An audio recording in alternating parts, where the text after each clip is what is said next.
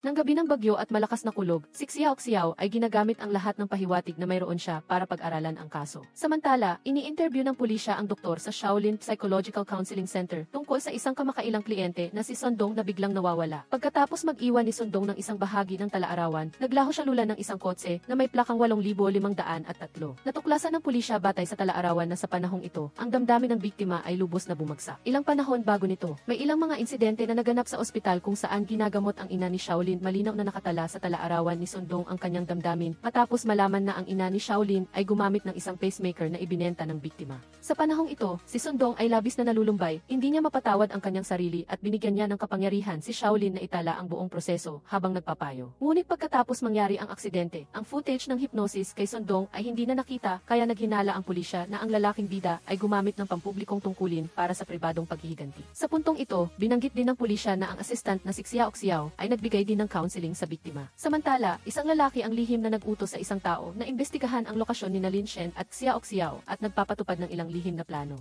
Pagkatapos ay tinig ng isang tao ang nagkukwento tungkol sa isang lalaki na nawala ng pinakamahalagang tao sa mundong ito at ang eksena ng isang babae sa dalampasigan na ginapos at inabuso ng isang tao. Ang lalaking iyon ay sumumpa na gagawin niyang maging kahiyahiya ang pinuno at ang imahe ng babae na nilulunod sa tubig kasama ang kotse. Kasabay nito, si Lin Shen ay napalibutan ng pulisya kaya tumalon siya sa isang tangke ng tubig. Bumalik sa isang taon na nakaraan, si Lin Shen ay nagtuturo ng hypnosis sa silid-aralan nang makita niyang abala ang dalawang estudyante sa paggawa ng kanilang sariling mga bagay. Nang makarating siya, nalaman niyang pinapanood ng mga estudyante ang Love Beat kung saan panauhin si Bebe. Sa pagkakataong ito, siya ay isang love counselor na sikat sa mga kababaihan na sumali sa programa upang manghula tungkol sa psikolohiya ng mag-asawa. Hawak ni Lin Shen ang telepono na kinuha niya sa estudyante at nakinig kay Xiao Bebe na nag-aanalisa ng mga kilos at galaw para manghula habang umiiling. Nakita ni Lin Shen na medyo kawili-wili ang programa kaya gusto niyang suriin ang kasong ito mula sa pananaw ng psikolohiya kaya tinawagan niya si Shaoning para lumaho. Sa programa, nagulat si Xiao nang marinig niyang may profesional na psychological counselor, si Lin Shen, nalalahok sa pamamagitan ng telepono. Hanggang sa nagsimula itong magsalita at tutulan ang kanyang opinyon, kinumpirma niya na dumating ito upang sirain siya.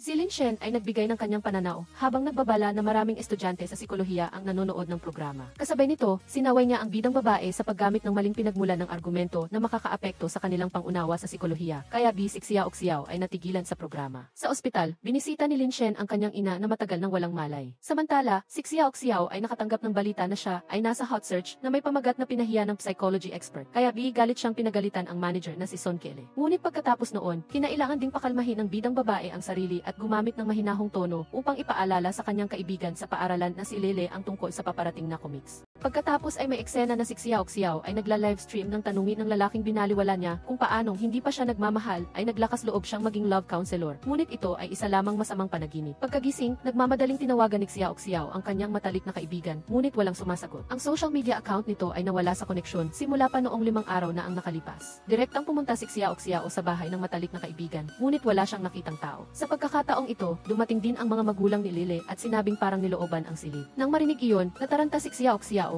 habang ang ina ni Lele ay nag-alala lamang sa mga mahalagang bagay tulad ng savings book at bank card. Nahanap niya ang singsing na may diamante at hindi man lang inalintana na 5 araw nang nawawala ang kanyang anak kaya hindi pa nababayaran ang bill sa kuryente. Sa pagpipilit ni Xiao, nag-atubili silang pumunta sa pulisya. Ngunit habang nag-fill up ng missing person report, nakatanggap ng tawag ang ina ni Lily mula sa editor. Hindi niya nakalimutang paalalahanan ito na ilipat ang lahat ng bonus sa lumang account number at nag-atubiling ituloy ang pag-uulat ng kaso. Sa takot na mapagalitan ng pulisya, pumayag siyang mag-ulat ng kaso. Pagkatapos, naisip ni Xiao na siguradong nag-iwan ng pahiwatig ang kanyang kaibigan sa silid kaya bumalik siya. Sa silid ni Lele ay may eksena ng batang babae na nagpapanik at nakakulong sa sulok at may katok mula sa labas. Nang buksan ni Xiao ang computer ng kanyang matalik na kaibigan, nalaman niyang nakipagkita ito kay Shaolin sa Psychological Counseling Center 5 araw na ang nakalipas kasama ang electric bill agad na nag-imbestiga si Xiao at pumunta sa bahay ni Lin Shen. Nagkataon, naghahanap ng assistant si Lin Shen kaya ginamit ni Xiao ang kanyang galing sa panunuyo upang makapasok sa trabaho. Alam ni Xiao na makakahanap siya ng impormasyon ng pasyente dito, kaya nagtiis siya sa harap ng kanyang kaaway upang makakuha ng pahiwati. Nakita ni Shaoning na napakaganda ng dalagang ito, kaya nagbigay siya ng serye ng mga dahilan upang tanggapin si Xiao sa trabaho.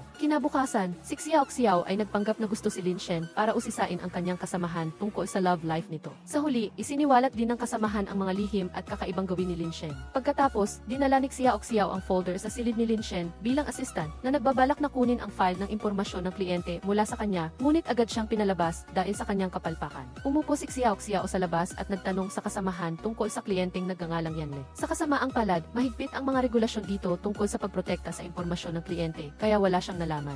Pagkatapos, nalaman din ni Xiao na inilagay ni Lin Shen ang file ni Lile sa isang pribadong aparador dahil may pulis na nag-imbestiga sa kamakailang pagkawala kahapon. Sa pagtatapos ng trabaho, sinabi ni Xiao sa kanyang kasamahan na gusto niyang tingnan ang bintana dahil binanggit sa weather forecast na ulan mamayang gabi. Ang bidang babae ay nagtago sa silid ng boss, ngunit ang pribadong aparador na ito ay secured at hindi madaling sirain. Sa sandaling iyon, nakalimutan ni Lin Shen ang kanyang mga dokumento, kaya bumalik siya sa kumpanya. Nagplano si Xiao na tumakas, ngunit nakita si Lin Shen na papasok at sinabing sinuri niya ang bintana at idinawit ang kanyang kasamahan upang maniwala ang boss. Bigla, tinanong ni Lin Shen ang bidang babae kung ano ang kanyang intensyon sa pagtatrabaho doon at palaging nagtatago. Nang marinig iyon, inilabas ni Xiao ang kanyang trump card at walang tigil na pinuri si Lin Shen at sinabing talagang gusto niya ito at pagkatapos ay tumakbo. Sa labas ng pinto, nasusuka ang bidang babae sa mga kasinungalingan na sinabi niya para makatakas. Kinabukasan, pumunta si Xiao sa subway station kasama si Lin Shen at may kumpiyansang sinabi na tapos na ang lahat ng trabaho at handa na siya para sa talumpati ngayon. Habang siksikan sa tren kasama ang boss, nabasa ni Xiao ang balita na may nasagip na bangka sa dalampasigan kaya agad siyang tumakbo sa pinangyarihan at iniwan ang lahat ng trabaho kay Lin Shen. Nang makarating sa dalampasigan, gumaan ang pakiramdam ni Xiao nang makita niyang hindi ang kanyang kaibigan ang biktima. Samantala, hindi makontak ni Lin Shen si Xiao na may hawak ng FSB na naglalaman ng mga materyales kaya kinailangan niyang magtalumpati ng may kumpiyansa ng mag-isa. Sa daan pabalik, naalala ni Xiao ang una nilang pagkikita ng kanyang matalik na kaibigan at bigla niyang naalala ang kanyang pangunahing trabaho. Pagdating ni Xiao, natapos na ni Lin Shen ang talumpati. Sa celebration party, direktang sinabi ni Lin Shen na ito rin ang farewell meal para sa bagong empleyado na si Xiao.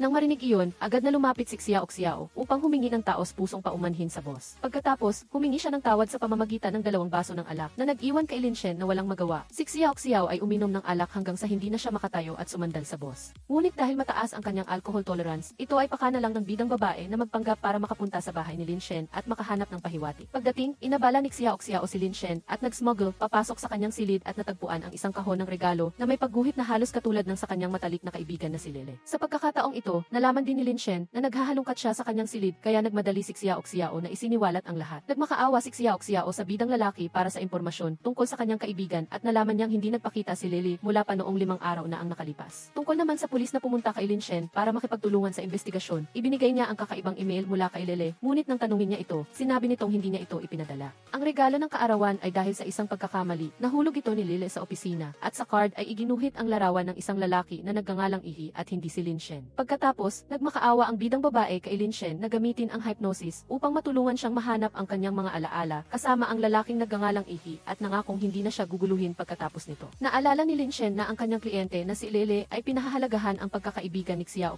kaya pumayag siyang tulungan siya. Naalala ni Xiao na normal lang ang pamimili nila ng kanyang kaibigan hanggang sa nahihiyang tumingin si Lele sa likod sa lalaking nakatayo at nakatingin sa kanila na may suot na asul na sombrero. Ang asul na sombrero na ito ay hindi sinasadyang nakita rin ni Xiao habang bumibili ng aklat, palaging sinusundan ng taong iyon ang kanilang dalawa. Sa kabilang banda, ang nakababatang kapatid ni Lele ay nag-aalala sa pagkawala ng kanyang kapatid, ngunit pinipigilan siya ng kanilang mga magulang na sakim sa pera. Bigla niyang naalala ang kaibigan ng kanyang kapatid na si Xiao.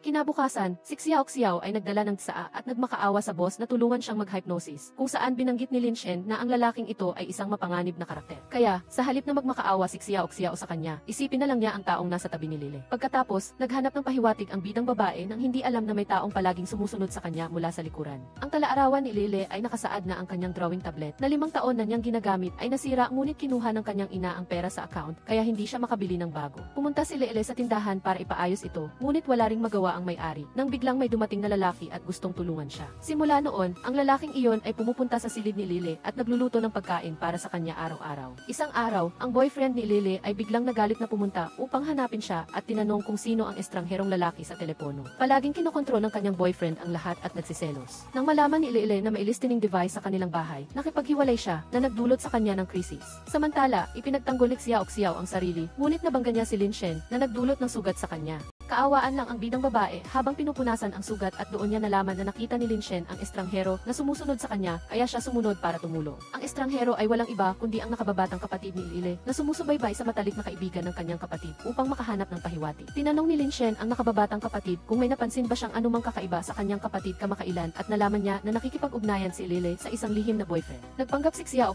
na siya ang kanyang matalik na kaibigan at nag-post ng isang bagay upang lumabas ang boyfriend na iyon. Samantala, nakatanggap ng balita ang mga magulang lang na nag-post ang kanilang anak na babae, ngunit nag-alala lang sila tungkol sa halaga ng bayad para sa pagsulat. Sa gabi, ang bidang babae at ang boss ay nanatili upang hulihin ang salarin. Sa panahon ng power outage, biglang may kumatok at may isang lalaki ang pumasok upang hanapin si Lily. Balak sana ng bidang lalaki na hulihin siya, ngunit dahil mahaba ang mga binti ng taong ito, nakatakas siya. Kinabukasan, magkasama silang nag-ulat ng kaso sa pulisya. Dahil sa napakagaling na memorya ni Lin Shen, mabilis na natuklasan ng investigative team ang suspect. Ito ay walang iba kundi si Wang Zun, ang dating kasintahan ni Lily. At sinabi niya na naghiwalay sila kalahating buwan na ang nakalipas at kasalukuyan siyang bumibili ng tiket papuntang Hunan Port. Biglang naalala ni Xiao na iyon ang lugar na madalas puntahan ng kanyang kaibigan kapag naghahanap ng inspirasyon. At agad siyang naghanap ng pinakamalapit na sasakyan upang pumunta roon. Nagtatrabaho si Lily nang makarinig siya ng kakaibang ingay at naghanda. Hindi niya inaasahan na si Xiao ang dumating. Pagkatapos, dinala ng bidang babae ang kanyang matalik na kaibigan at iniulat ang lahat ng krimen sa pulisya. Sa oras na ito, nanginginig pa rin si Lily habang ikinukwento sa kanyang matalik na kaibigan kung paano siya sinusubaybayan. Hinanap din ni Lin Shen si Wang Zun para makipag-usap at pumayag itong magpa-psychological check-up. Kinabukasan, sa klinika, natuklasan ni Lin Shen na ang taong ito ay sensitibo sa mga abiso sa telepono, kaya ibinalik niya si Wang Zun sa nakaraan upang pagalingin. Lumabas na si Wang Zun ay dumanas ng matinding krisis na tinawag na pagtataksil ng kanyang unang pag-ibig, kaya palagi siyang obsessed at kinokontrol si Lily. Pagkatapos, tinulungan ni Lin Shen ang kliyente na bitawan ang kanyang pagkakapit at patawarin ang kanyang ex-girlfriend upang makapagsimula ng isang bagong buhay. Si Lin Shen ay muntik nang mabangga ng isang kotse sa daan pauwi na nagdulot sa kanya ng pagkahilo dahil sa imahe ng nagmamaneho noong taong iyon. Sa kanyang bahay, si San ay pinalayas ng kanyang mga magulang dahil sa labis na pag-idolo sa isang idol na nagdulot ng pagdurusa sa buong pamilya. Samantala, ibinigay ni Xiao ang mata ni Horus kay Lin Shen bilang suporta sa hypnosis at pasasalamat. Biglang nakatulog ang bidang lalaki at sinagot ang mga nakakatuwang tanong ni Xiao, ngunit nagpapanggap lang pala siya upang makaganti sa pagkadaya sa kanya. Sa galit, ibinigay ni Xiao ang resignation letter sa boss upang tuparin ang kanyang pangako. Pinanood ni Lin Shen ang pag-alis niya at inutusan si Xiao na itapon ang lahat ng succulents na dinala ni Xiao. Kinabukasan, pumunta si Lin Shen sa ospital at nagbasa ng pahayagan para sa kanyang inang kumatos. Nagpalit ng eksena, lumapit si San kay Zuran para sa isang bagay. Bigla siyang humarang sa sasakyan na nagdadala ng idol. Samantala, nakita ni Lin Shen ang mga kaldero ng halaman at bigla niyang naalaala si Xiao. Tumingin siya sa paligid at nang walang tao, inilabas niya ang mga kaldero ng halaman para painitan ng araw. Ngunit biglang dumating si Xiao, kaya agad itong dinala ni Lin Shen sa kanyang silid. Habang nagtatrabaho, binuksan niya ang programang Love Beat at nakita ang magkasintahan na humalik sa harap niya na sinabi niyang walang pagkakataon, ngunit nagkasundo na. Nang marinig ang lahat na bumabati kay Xiao sa tamang hula, ngunit umalis naman si Ed sa programa, nagalit siya at pinatay ito.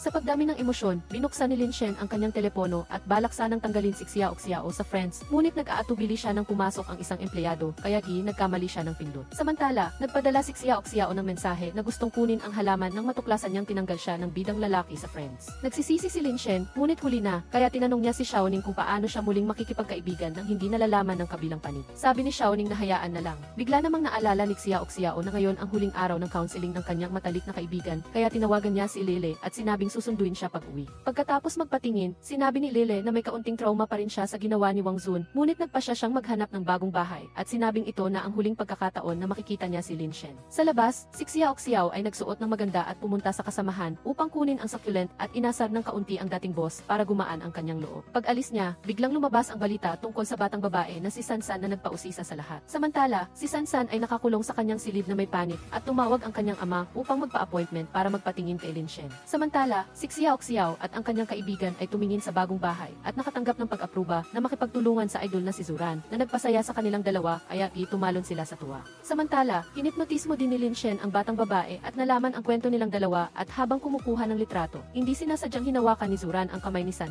bilang pagpapatunay ng relasyon. Ang eksena ng aksidente sa kotse noong gabing iyon kung saan si Zurui ang nakabangga ay nagpatulo ng kanyang pawis. Ito ay isang dating kliyente ni Lin Shen na pumunta sa kanya ng hating gabi. Pagkatapos ng check-up, umuwi na ang bawat isa nang biglang may nakita ang bidang lalaki na isang truck na sadyang bumangga sa harapan na nagdulot ng pinsala kay Zurui. Pagkatapos ay may eksena na patuloy na hinihipnotismo ni Lin Shen si San upang pagalingin. Kasabay nito, in-interview ni Xiao ang idol at nalaman niyang nanggugulo si San sa lumang bahay nito. Dahil abala si Zuran, natapos ang interview, samantala naalala rin ni San ang bahay at ang aso na pinangalan ng San na mahal niya, ngunit palagi niya itong itinatanggi at sinabing may sakit siya. Nagising si San nang may pagkatakot at mabilis ding natapos ang check-up. Umalis si Xiao at mabilis mabilis na nagsulat ng isang artikulo na may pamagat na mga tagahanga gamit ang pangalan ng pag-ibig upang manakit nang bigla niyang naalaala ang nanginginig na hitsura ni Zuran nang banggitin ang lumang bahay. Gusto sanang magpadala ng mensahe ni Xiao Xiao kay Lin Shen, ngunit naalaala niyang tinanggal siya nito, kaya tinawagan niya si Xiaoning at sinabing in-interview niya si Zuran, kaya gusto niyang humingi ng payo tungkol sa psikolohikal na aspeto ng mga tagahanga. Sa sandaling ito, dumating si Lin Shen upang hanapin si Xiaoning at narinig niya ang boses ng bidang babae na block ang numero, kaya agad siyang nag-disconnect. Natuwa rin ang kapatid na nalaman niyang si Xiao Xiao ang taong hindi sinasadyang tinanggal ni Lin Shen at gusto nitong makipagkaibigan muli. Isinantabi ni Lin Shen ang isyu ng magandang babae at binanggit si Sansan na naantala ang sesyon ng hypnosis dahil sa isang malakas na bagay. Agad na ipinakilala ni Xiaoning si Xiao Xiao dahil in-interview niya si Zuran, ang pangarap na kasintahan ni Sansan. Bumalik si Lin Shen sa kanyang opisina at kinuha ang telepono, ngunit nag-aatubili siyang tumawag. Samantala, naghanap si Xiao Xiao ng pahiwatig tungkol kay Sansan at pagkatapos ay naisipang dalhin ang kanyang kaibigan sa lugar ng bidang lalaki upang maghanap ng silid. Pagkatapos magustuhan ng kaibigan ang bagong silid, nagpanggap si Xiao Xiao na bumaba sa harap ng pinto upang aksidenteng makita ang bidang lalaki na umuwi galing sa trabaho. Ngunit ang lahat ng ito ay nakita na ni Lin Shen. Pagkatapos, magkasama silang tatlo na kumain ng hapunan at kaagad na nag-usap si Xiao Xiao tungkol sa negosyo. Nakita ni Lili ang dalawa na abala, kaya nais niyang iguhit ang eksenang ito. Pagkatapos ay nalasing siya at nawalan ng malay ng mag-isa. Biglang sinabi ni Lin Shen na hindi dapat makinig mula sa isang panig at napagtanto rin ni Xiao Xiao batay sa mga pahiwatig na makatuwiran na si Sansan ay nakipag-date sa idol. Nang makita ang kanyang matalik na kaibigan na nalasing at nawalan ng malay, dinala nilang dalawa si Lili pauwi. Nang bigyan ni Xiao Xiao ang kanyang kaibigan ng tubig, natakot si Lili at pinaalis silang dalawa at nilock ang pinto. Nang mawalan ng malay si Lili, naalala ni Xiao Xiao na lowbat ang kanyang telepono at hindi naman makukuha ni Lin Shen ang kanyang mga gamit sa loob ng silid. Sigurado ang bidang babae na kasama niya si Son Kele, ang business director ng kanyang account, at tumawag. Sa pagtatapos ng kanyang salita, nakatulog na si Xiao Xiao, kaya ipinahiram ng bidang lalaki ang kanyang balikat para sandalan nito. Ang mag-asawa ay umupo at natulog ng magkasama hanggang kinaumagahan. Pumasok si Kele sa account ng bidang babae. Nakita niyang tapos na ang artikulo, kaya agad niya itong naipost na muling nagpasigla sa social media. Patuloy na inaatake si Sansan kaya hindi na maayos ang kanyang emosyon. Nagising si Xiao Xiao at nahihiyang napagtanto na natulog siya sa tabi ng bidang lalaki buong gabi. Pagkatapos ay mabilis niyang sinuri ang kanyang telepono at nakitang naipost na ang artikulo na nagdulot ng pressure kay Sansan. Nagmamadaling hinimok ni Xiao Xiao si Kele na burahin ang artikulo at nalaman niyang kumakalat ang chismis na nagpa-psychological counseling si Sansan sa lugar ng bidang lalaki. Agad na sumama si Xiao Xiao sa fan crowd para makahanap ng mas maraming pahiwatig at dumating din si Lin Shen nang marinig niya ito. Pagkatapos, nagkape ang bidang lalaki at babae. Biglang naisip ni Xiao Xiao na si Lin Shen ay petty at humihingi ng pera. Ngunit sa katunayan, matalino siya sa paghahanap ng paraan upang makipagkaibigan muli sa WeChat. Pagkatapos lang ng maikling pag-uusap, nakatanggap si Lin Shen ng tawag mula sa ama ni Sansan na nagsasabing dinala na sa ospital ang bata. Sa sandaling ito, nakatanggap din si Xiao Xiao ng tawag mula sa assistant ni Zuran. Samantala, nakatanggap si Lin Shen ng balita na tinanggihan ng pamilya ng pasyente ang psychological treatment, kaya di kailangan niyang hintayin na magising si Sansan. Kasabay nito, tinanong ni Zuran ang manager tungkol sa pagpapakalat ng maling chismis tungkol kay Sansan. Sinabi niya na anuman ang mangyari, siya ay ngunit pinutol ang kanyang salita at binanggit ang puppy. Umalis si Xiao Xiao nang may pagod at nakatanggap ng tawag mula sa Tayan fan group na inakala niyang broker, kaya agad niyang pinatay ang telepono. Bumalik si Lin Shen sa silid ng pasyente at hindi nakita si Sansan, kaya tinawagan niya ang bidang babae upang samahan siyang hanapin ito sa lumang bahay ni Zuran. Sinalubong ni Xiao Xiao ang assistant ni Zuran upang questionin ang mga maling chismis at gustong tawagan si Lin Shen para magharap silang tatlo na nagpataranta sa assistant. Ang bidang lalaki at babae ay pumunta sa lugar nang makatanggap sila ng balita na natagpuan na si Sansan at natuklasan ang minamahal na aso na si Sansan dito. Nang dinala ang aso, palaging nilalaro ito ni Sansan, ngunit nagka-amnesia siya at nakalimutan ang lahat tungkol kay Zuran. Nang makita ito, pinayuhan ni Lin Shen ang pamilya na magpagamot kaagad, ngunit gusto lang ng kanyang mga magulang na bumalik sa mapayapang buhay. Pagbalik sa silid, sinabi ni Lin Shen na kung hindi pumayag ang pamilya ng pasyente, wala na siyang magagawa, ngunit si Xiao Xiao ay hindi pa rin sumusuko. Nakalipas sa kanyang daan pa uwi, nakasalubong ni Sansan si Fan Ki ng Tian Fan Group na gustong makipagtulungan sa kanya dahil nabasa nito ang kanyang mga nakakaakit na post. Binanggit pa lang ni Sansan si Zuran ay agad pumayag si Fan Ki na tulungan siyang makita ito sa kondisyon. Makikipagtulungan siya sa negosyo. Nag-iba ang tagpo si Sansan ay nasa kotse nanonood ng pelikula kasama si Zuran at hinalikan siya nito at sunod-sunod na mga eksena ng dalawa na palihim na nagdidate. Ito pala ay panaginip lang ni Sansan at sinimulan na niya ang kanyang bagong araw ng trabaho. Kinabukasan sa simula ng trabaho, nakita ni Sansan ang isang piano at umupo para tumugtog ayon sa nakasanayan. Habang idinidikit ang poster, biglang natigilan si Sansan nang makita si Zuran, ngunit hindi niya alam kung sino ito. Habang nag-impact si Sansan para sa paglalakbay ng kanyang matalik na kaibigan, nakatanggap siya ng AC ticket para sa Zuran meet and greet. Pagdating sa performance, umakyat si Zuran sa entablado upang magpiano habang pumasok si Sansan para makinig ayon sa nakasanayan. Nang makita ito, nagpadala ng text message si Sansan sa male lead para makita niya. Nang pumili ng fan para lumahok sa aktibidad, umakyat si Sansan, ngunit napalibutan siya ng mga reporter na nagpaikot ng kanyang paningin at nagpatumba sa kanya. Sa sandaling ito, dumating si Sansan sa tamang oras upang saluhin siya at pagkatapos ay nawalan ng malay. Pagkagising, dali-daling sinuri ni Sansan kung may gasgas ba ang kanyang magandang mukha bago naghanap si Zuran sa kanya upang makipag-usap ng pribado. Sa gitna ng tensyonadong kapaligiran, biglang tinanong ni Zuran si Sansan kung siya ba ang nag-post ng mga artikulong umaatake sa kanya. Ngunit nang tumakbo si Sansan upang saluhin siya, labis na nagpasalamat si Zuran dahil may taong gustong protektahan siya. Sa kanyang pagbalik kasama ang male lead, nakatanggap din si Sansan ng balita na natutuwa ang mga magulang ng dalagita dahil sa pagbuti ng kondisyon ni Zuran, kaya pumayag silang ipagpatuloy ang psychological treatment. Masayang-masaya si Sansan nang marinig ito at gusto ring turuan siya ng male lead tungkol sa psikolohiya para matulungan si Zuran. Nang gabing iyon, pumunta si Sansan sa bahay ni Lin Shen at nag-aral kasama nito hanggang sa nakatulog siya sa mesa. Nang makita ito, binuhat siya ng male lead sa kama. Pagkagising ni Sansan kinabukasan, habang nagme-maintain siya ng personal hygiene, dumating si Xiaoning sa bahay ng male lead. Nagulat si Xiaoning sa mabilis na pag-unlad ng lalaki at babae, ngunit hindi na nag-abala si Lin Shen na magpaliwanag. Tinawagan ng matalik na kaibigan si Sansan para ipaalala ang paglipat. Kinaumagahan, habang inililipat ang mga gamit ni Keile sa bagong bahay, biglang may nakitang clue si Sansan sa isang flyer. Sinabi ni Sansan na ang pagpunta ni Zuran sa sinehan ay gusto lang makipag-date kay Zuran ng hayagan o dahil sa palihim na pakikipag-date na ikinagulo ng dalawang kaibigan. Agad na tumakbo ang female lead kay Lin Shen para mangolekta ng mga pahiwatig tungkol sa tiket sa sinehan at ipinagbigay alam sa mga magulang ni Zuran na posibleng nagde-date si Zuran at ang idol. Pagkatapos, nagpunta ang male at female lead sa sinehan para maranasan ang hypnosis. Nang sumapit sa eksena ng traffic jam, unti-unting lumubog si Lin Shen sa kanyang panaginip. Tinulungan ni Sansan si Lin Shen na maalala ang nakaraan at bigla niyang inalis ang kamay niya dahil sa hiya. Sa sandaling ito, pumasok si Lin Shen sa isang estado ng hypnosis. Inaalala ang kanyang mga araw sa pag-aaral at kung paanong ipinakilala siya ng kanyang kaibigan sa isang lalaking walang gana. Pagkagising, ginamit agad ni Lin Shen ang katotohanang si Sansan ay walang nobyo, ngunit nagbukas ng account para magturo sa iba kung paano umibig na nagpagalit kay Sansan at umalis siya. Sa sandaling ito, nakasalubong nilang dalawa si Fanki, nagbigay pugay at inanyayahan silang manood ng pelikula. Ngunit tumanggi ang dalawa at umalis, naiwan si Fanki na may mapanuring tingin. Upang matulungan si Lin Shen na gumaling, agad na nagbalangka si Sansan ng isang plano para dalhin siya sa sinehan para sa hypnosis. Nang makita ng kanyang mga magulang na masayang naglalaro ang kanilang anak sa aso, hinikayat nila itong lumabas para maglakad-lakad o manood ng scene. Nang nag-aalangan pa ang anak, inalala ng ina ang pagtulong ni Sansan kay Zuran, kaya hinikayat siyang isama itong manood ng scene at nagtagumpay. Masayang nag-book ng ticket ng scene si Sansan at ipinadala ito kay Zuran. Ngunit nang makita ni Zuran ang larawan, nahilo ito. Nang marinig ni Sansan na gusto niyang umuwi dahil sumasakit ang ulo niya, inamin ni Zuran ang balak niyang tulungan siya sa hypnosis upang maalala ang nakaraan. Tinanong agad ni Zuran si Sansan kung gusto niyang kalimutan ang lahat tungkol kay Zuran o alalahanin ito at pagkatapos ay pumayag siyang sumailalim sa hypnosis upang hanapin ang nakaraan. Kinabukasan, pumunta si Sansan kay Lin Shen para isagawa ang hypnosis at makipagbuno sa mga pira-pirasong alaala. Bagamat natakot siya at gustong huminto, sa paghihikayat ni Lin Shen, ipinagpatuloy niyang alalahanin ang panahon kasama si Zuran. Natagpuan din ni Sansan ang bahay ng minamahal na si Sansan na siyang lihim na kuta nilang dalawa.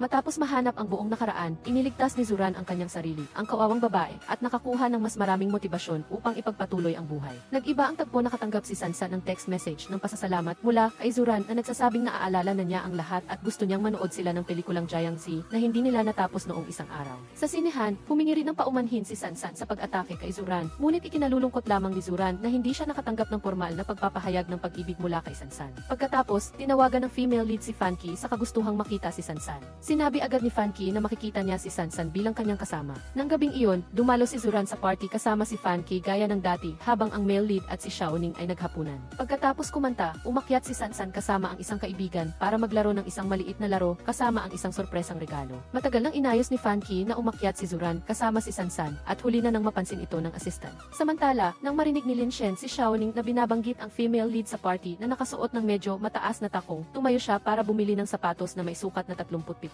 Sa party, tumayo si Sansan kasama si Sansan, gamit ang mga pamilyar na lugar para iugnay niya sa kanyang pag-ibig. Sa loob ng snow globe ay may isang batang lalaki na humahabol sa maliit na lobo para makipaglaro sa kanya. Alam ng lobo na ang pagpapaamo ay pagdadahilan lang sa pagkakabigkis, kaya hindi niya gusto itong mangyari. Samantala, tumataka si Chetian na kumakatawan sa lobo na nagliligtas sa sarili. Bigla siyang nakarinig ng tumatawag sa kanyang pangalan at ito pala ay hypnosis lamang. Nag-iba ang tagpo, binuksan ni Sansan ang kahon ng regalo at malungkot na tiningnan ang mga movie tickets sa kotse kotse. Samantala, bumalik si Lin Shen sa hapagkainan na may jacket at sapatos na balat ng babae. Nang sunduin ng male lead si Zuran, nakita niyang nakasuot na si Fan Ki ng jacket at nag-alok na ihatid siya. Nang makita ni Zuran si Lin Shen, tumanggi siya at lumapit dito. Sa sandaling ito, inilabas ng male lead ang flat shoes na kakabili lang niya at jacket para isuot kay Zuran, na ikinagulat niya sa kagandahang loob at pagiging sensitibo nito. Kinabukasan, nagpaalam ang male at female leads kay Zuran dahil malapit na siyang umalis sa bansa para mag-aral sa ibang bansa upang tuparin ang kanyang naudlot na pangarap. Habang pabalik na silang dalawa, nakita nila ang isang itim na kotse at dali-daling hinila ni Lin Shen ang female lead upang magtago sa isang tabi. Sa katunayan, si Sansan ito na bumibisita sa kanyang dating kasintahan. Nang makita ni Zuran ang binata na nagdadalawang isip na lumapit kay Sansan, tinawag niya ang pangalan ng aso upang magkita ang dalawa. Sa sandaling ito, nag-usap si Sansan at Zuran sa gilid ng bakod at buong tapang na inalis ng idol ang kanyang maskara at hinarap ang katotohanan.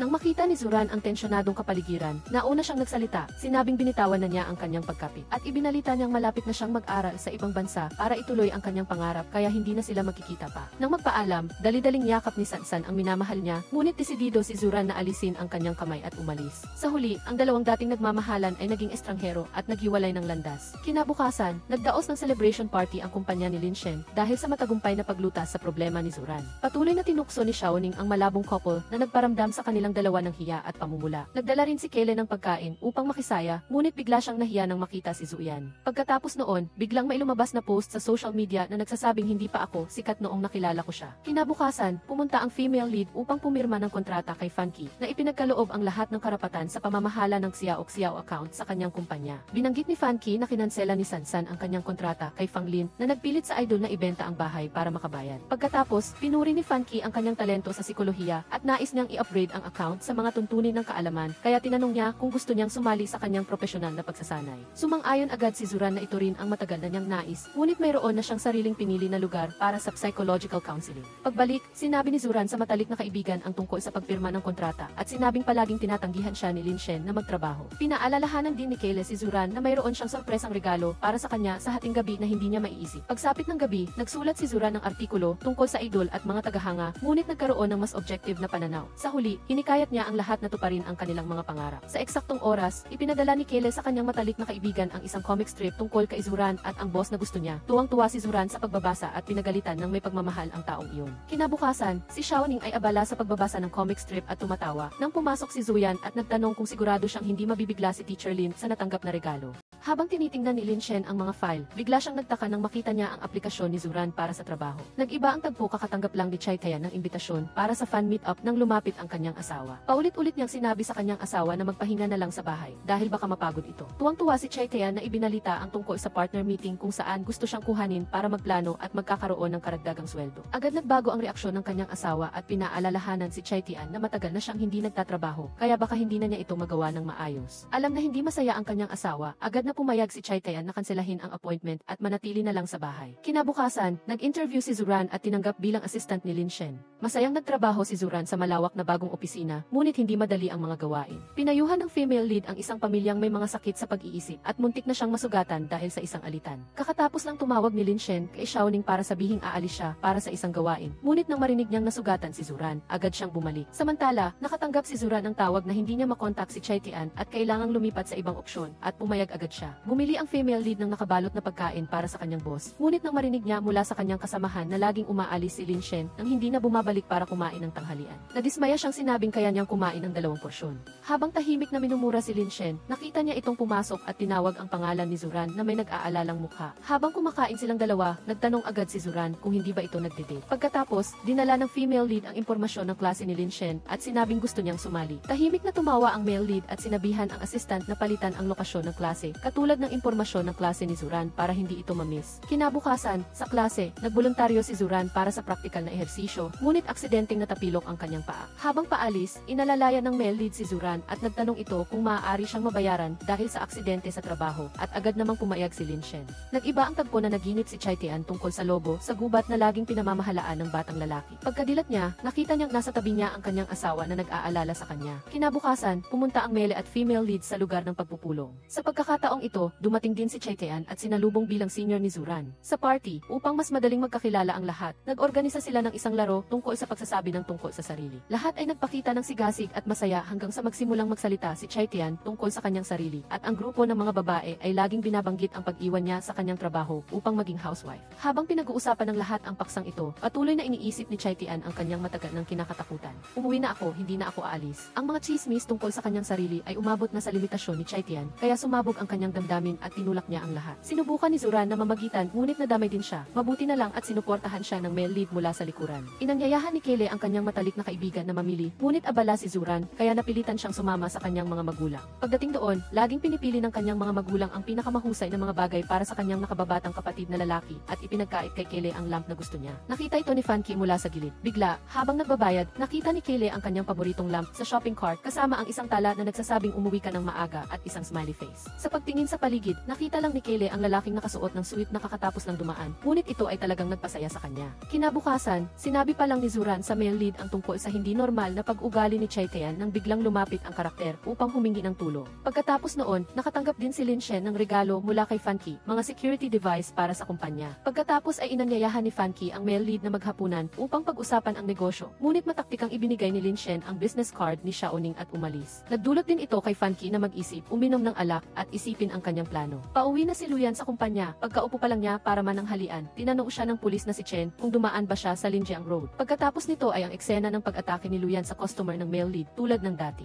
Nag-iba ang tagpo, pinagalitan si Hulang ng kanyang boss dahil sa pagkuha ng maraming kontrata, ngunit hindi siya naging responsable sa mga ito kaya tinanggal siya sa kumpanya. Samantala, pumunta si Chai Tian sa Tianfan Group para mag-interview. Sa pagkakataong ito, nagpakita rin siya ng kanyang pinakamaliwanag na ngiti. Bumalik si Hulang sa bahay na may masamang pakiramdam at hindi niya nakita ang kanyang asawa na nagpainis sa kanya. Sa sandaling ito, sinabi ni Chai Tian habang may dalang EA na nag-interview siya sa Tianfan Group. Nang marinig ito, humingi siya ng tubig sa kanyang asawa, ngunit laging nagbabago ang isip niya at sinabing mainit at malamig ito kaya hindi niya ito mainom. Pagkatapos, tumahimik siya at tumayo sa isang sulok na nagparamdam kay Chai Tian ng pagkapagod. Noong gabi, humiga si Chai Tian at inalala ang kanilang unang pagkikita na napakasaya. Samantala, kumakain ng cake at umiinom ng tsaa ang male at female leads nang marinig nila ang lalaki sa kabilang mesa na patuloy na pumupuri sa kanyang kasintahan, ngunit pagkaalis ng babae, agad siyang tumawag sa ibang mahal. Nang makita ito, sinabi ni Zuran na hindi dapat paniwalaan ang sinasabi ng mga lalaki. Agad namang pinabulaanan ito ni Lin Shen. Pagbalik sa opisina, hinanap ni Chai Tian ang female lead at sinabing tinanggihan niya ang alok ng trabaho sa bagong kumpanya. Nag-usap silang dalawa at ikinuwento ni Chai Tian ang tungkol sa kanyang panaginip kung saan hindi siya makaalis sa gubat at sa silong na may mga spesimen ang paru-paro na nakapako sa dingding. Pagkatapos nito ay ang tungkol kay Hulang na patuloy na kinukumbinsi siyang huwag magtrabaho dahil natatakot siyang ma-pressure ang kanyang asawa. Nang marinig ito, pinayuhan ni Zuran si Chai Tian na magtungo sa kanya para sa psychological counseling upang maibsan ang kanyang mga alalahanin. Pag-uwi ni Chai Tian, sinabi niya sa kanyang asawa na nakipagkita siya sa kanyang kaibigan na nag-aaral ng psikolohiya na ikinagalit ni Hulang. Patuloy siyang pinilit ni Hulang na tawagan ang kaibigan at tanggihan itong makipagkita. Samantala, ipinagdiriwang ng male at female leads ang pagtanggap ni Chai Tian sa counseling nang tumawag siya upang tanggihan ang konsultasyon. Nang makita si Zuran na nalulungkot, pinayuhan siya ng male lead na ang working principle ay huwag tanggihan at hawakan ang mga kliyente. Noong gabi, espesyal na idinagdag ni Lin Shen ang female lead sa kanyang listahan ng matatalik na kaibigan at ibinahagi ang impormasyon ng klase bukas. Kinabukasan, sumali si Zuran sa klase, ngunit isinumbong siya ng isang kaklase, kaya dumating ang gwardiya para arestuhin siya. Nang makita ito, wala ring nagawa si Lin Shen dahil hindi niya kayang kalabanin ang mga patakaran ng paaralan. Pauwi na sila, tumaya si Zuran sa male lead na papasa siya sa part-time postgraduate entrance exam para makakuha ng isang bagay mula kay Lin Shen. Pagkatapos, umuwi siya upang mag-aral ng masigasig at bigla niyang naisip ang mga sinabi ni Chai Tian. Nag-iba ang tagpo, sinalubong ni Chai Tian ang male at female lead sa bahay para maghapunan at ikinuwento ang tungkol sa panukala ni Hulang at ang kanilang high school romance. Nagtapat si Hulang ng pag-ibig sa kanya sa kwentong pagkatapos mamatay ng kanyang ina. Wala nang nagdiriwang ng kanyang kaarawan kasama niya at gusto niyang si Chai Tian ang kasama niya mula noon. Sa tuwing may pagkakataon si Chai Tian na mag-aral sa malayo, tumatanggi siya para lang makasama ang mahal niya. Sa sandaling ito, umuwi si Hulang at humingi ng tulong sa kanyang asawa na maghanda ng damit para sa business trip habang siya naman ay nag-i-entertain ng mga bisita. Nang magsalita si Zuran tungkol sa kumpanya at aksidenteng nasabing ginamit niya ang pangalan ng pag-ibig para protektahan si Chai Tian, nagalit si Hulang at pinalaya silang dalawa. Pagbalik sa opisina, tinanong ni Zuran ang male lead tungkol kay Chai Tian at binigyan siya nito ng aklat tungkol sa psychological manipulation. Nag-iba ang tagpo, kumakain si Zuran sa housewarming party ng kanyang matalik na kaibigan nang marinig niya ang balita na may lihim na nagbigay kay Kaylee ng bagay na gusto niya, ngunit hindi niya kayang bilhin.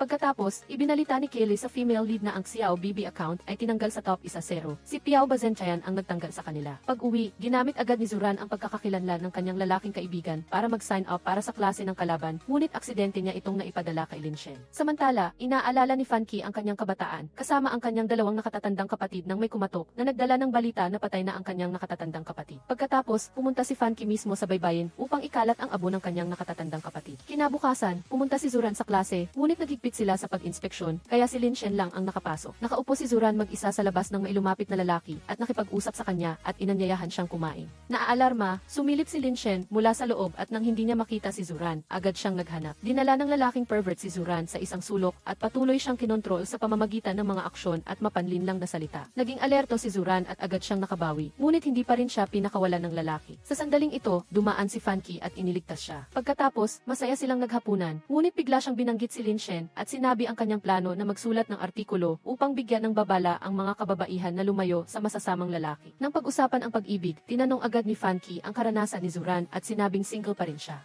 Biglang dumating si Lin Shen at sinabihan si Zuran dahil hindi siya sumasagot sa kanyang tawag at umalis si Zuran na nagpadismaya kay Fan Ki. Kinabukasan, nanonood si Choi Tae-an at ang kanyang asawa ng wedding dress, ngunit umalis si Hulang dahil abala siya sa trabaho. Sumunod si Zuran upang magpaliwanag kay Lin Shen at nakita niya ang eksenang ito, kaya nilapitan niya si Choi Tae-an upang makipag-usap. Sa sandaling ito, ikinuwento ni Zuran na nag-aaral siya tungkol sa psychological manipulation na sikat sa internet. Sinabi agad ni Choi Tae-an na kakaiba ang kanyang asawa, laging nagmamalasakit at nagmamahal sa kanya, kaya hindi niya ito matitiis na mapagod sa pagtatrabaho. Pagkatapos, umuwi ang male at female leads. Hindi matiis ni Zuran na makita ang kanyang kaibigan na inaapi, kaya tinanong niya si Lin Shen at nalaman niya na kailangan niyang gisingin ang kagustuhan ng pasyente sa tamang pagkakasunod-sunod. Inanyayahan ng female lead si Choi Tae-an na samahan siyang tingnan ang restaurant na inihahanda para sa wedding reception. Ang lugar ding ito ang unang beses na pumasok si Choi Tae-an sa trabaho, na nagpaalala sa kanya ng panahong iyon at nagpaiyak sa kanya. Iminungkahi ni Zuran na siya mismo ang maghanda para sa kasal upang hikayatin ang kagustuhan ni Choi Tae-an na magtrabaho. Masayang-masaya siya nang pag-usapan ang plano sa designer. Ngunit nang banggitin na si Choi Tae-an mismo ang maghahanda ng mga bagay na ito, sumimangot si Hulang at tumayo. Nag-iba ang tagpo, pumunta si Choi Tae-an kay Zuran at sinabing nalaman at pinigilan na siya ng kanyang asawa na ipagpatuloy ang paggawa. Sinabi ni Choi Tae-an na ang pagtatrabaho at pagpaplano ang pinakamasayang panahon para sa kanya. Agad na binanggit ni Zuran ang psychological manipulation at tinanong si Choi Tae-an kung naaalala niya ang mga kakaibang aksyon ng kanyang asawa kamakailan at binanggit din ang forum na Piao Bazentean. Pagkatapos noon, umuwi si Choi Tae-an at sinuri ang computer ng kanyang asawa. Si Hulang ay miyembro ng grupong ito. Umuwi si Hulang at napansin na kakaiba ang kanyang asawa, kaya sinuri niya ang computer at nakitang nabura na ang lahat ng search history. Pagkatapos, inilagay ni Hulang ang kanyang telepono sa headboard at natulog. Kinabukasan, pinatay ni Choi Tae-an ang alarm clock para sa kanyang asawa at nabasa niya ang mensahe na nagsasabing mahal na mahal siya ni Hulang at sinisisi ang kanyang kaibigan sa paggamit ng kanyang computer upang i-access ang Piao Bazentean Group. Inakala ni Choi Tae-an na nagkamali siya sa kanyang asawa, kaya masaya siyang bumangon para maghanda ng almusal. Habang nag-uusap, bigla niyang napansin na iba ang screen ng telepono ng kanyang asawa sa nabasa niyang mensahe, kaya siya ay natigilan. Pagkatapos, sinabi ni Hulang sa kanyang asawa na magpapakasal sila bukas, na ikinagulat ni Choi Tae-an at nabitawan niya ang platong may itlog. Aksidenteng nasugatan ni Choi Tae-an ang kanyang kamay at sinamantala niya ang pag-alis ng kanyang asawa upang kumuha ng band-aid para makumpirma ang lihim sa telepono. Nang malaman niyang naloko siya, mataktikang pinaalis ni Choi Tae-an ang kanyang asawa para magtrabaho. Ang pabalik-balik na si Hope lang sa kanyang papunta sa trabaho ay nakalimutan ang kanyang mga papeles, kaya di umuwi siya upang kunin ang mga ito at natuklasan na wala ang kanyang asawa at agad niya itong sinundan. Si Sai Thayan ay naghihintay sa bida sa ilalim ng kumpanya nang dumating din si Hope lang. Galit na galit niyang hinila pabalik ang kanyang asawa, ngunit kinuha na ni Sai Thayan ang telepono at nakipagtulungan si Tiu Tiu upang isara ang pinto para pigilan si Hope lang. Sa sandaling ito, ibinunyag din ni Sai Thayan ang tunay na mukha ng mapanlinlang na asawa na nagdulot kay Hope lang na galit na manakit sa bida. Sa kabutihang palad, dumating si Lamdam sa tamang oras para hindi siya punahin at tawagan ang pulis. Nakita ito ni Sai Thayan at pinigilan siya, sinabing makikipaghiwalay na siya at kakanselahin ang kasal. Ipinangako ni Hope lang sa sarili na hindi niya ito madaling palalagpasin.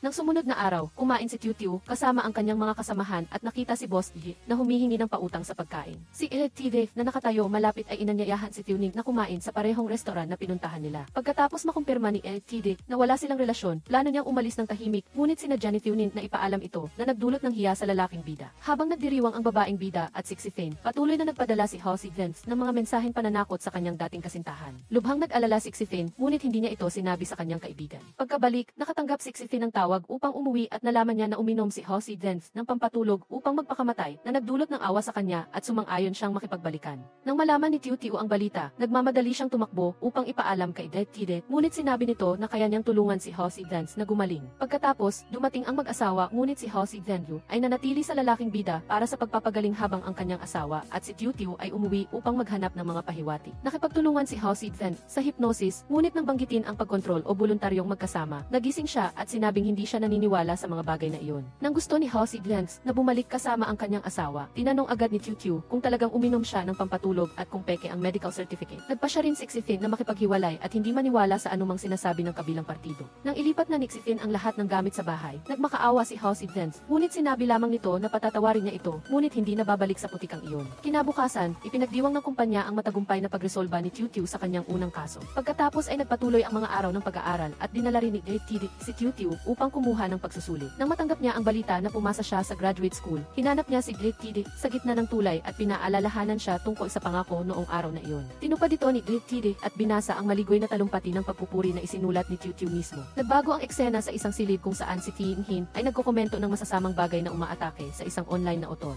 Kinabukasan, pagdating ni si Hin sa kumpanya, nakatanggap siya ng appointment mula sa isang mahirap na kliyente na mailistahan ng maliliit na kahilingan. Sa ospital, nagkwento si Tide sa kanyang ina nang makatanggap siya ng tawag na nagsasabing kailangan siya para sa isang emergency. Paglabas niya sa silid ng pasyente, nakita ni Tide ang nurse na may kasamang isang tao na may pilat sa kamay na papasok upang mag-check up. Ang eksena ng mga bata sa bahay ampunan na nag-aagawan ng merienda ay nagdulot ng takot sa batang si Tiu na nagtago sa isang sulok. Nagising si Boss Edi sa takot, biglang may kumatok na nagbabalita na patay na ang kuya na nagdulot sa kanya upang magising muli sa takot. Ito pala ay panaginip sa loob ng panaginip. Nagbago ang eksena kung saan si Tide ay nasa paradahan ng kotse na naghahanap ng isang tao, ngunit muntik na siyang masagasaan ng isang kotse. Hinabol ng lalaking bida, ngunit muling sumugod ang kotse at binangga siya patungo sa gilid ng kalsada at pagkatapos ay lumapit ang isang lalaking nakaitim na may dalang kutsilyo sa lalaking bida. Ang eksena ay bumalik sa 0 araw bago nito, bumalik si Tide mula sa ospital at nalaman na tinaasan ng may-ari ng bahay ang renta dahil sa galit o kung anuman. Inanyayahan ng lalaking bida ang may-ari ng bahay sa kanyang silid upang madaling makipag-usap. Sa sandaling ito, diretsong tinanong ni Tide tungkol sa patuloy na pagtingin nito kay Hin. Lumabas na ipinakilala ng may-ari ng bahay ang kanyang pamangkin kay Hin, ngunit masaya si Hin sa harapan at pagkatapos ay nag-text ng masasamang salita at binlock ang numero. Sa pagkakataong ito, pumasok si Tiu at nalaman din ang tungkol sa insidente at ipinakilala ang isang online dating channel upang pakalmahin ang galit ng may-ari ng bahay at matagumpay na napanatili ang orihinal na presyo ng renta. Pagkatapos ihatid ang bisita, dumiretso si Tiu kay Tide at tinanong ang dahilan ng pagkilos ng kasamahan niya. Ibinigay agad ng lalaking bida sa kanya ang isang libro tungkol sa prinsipyo ng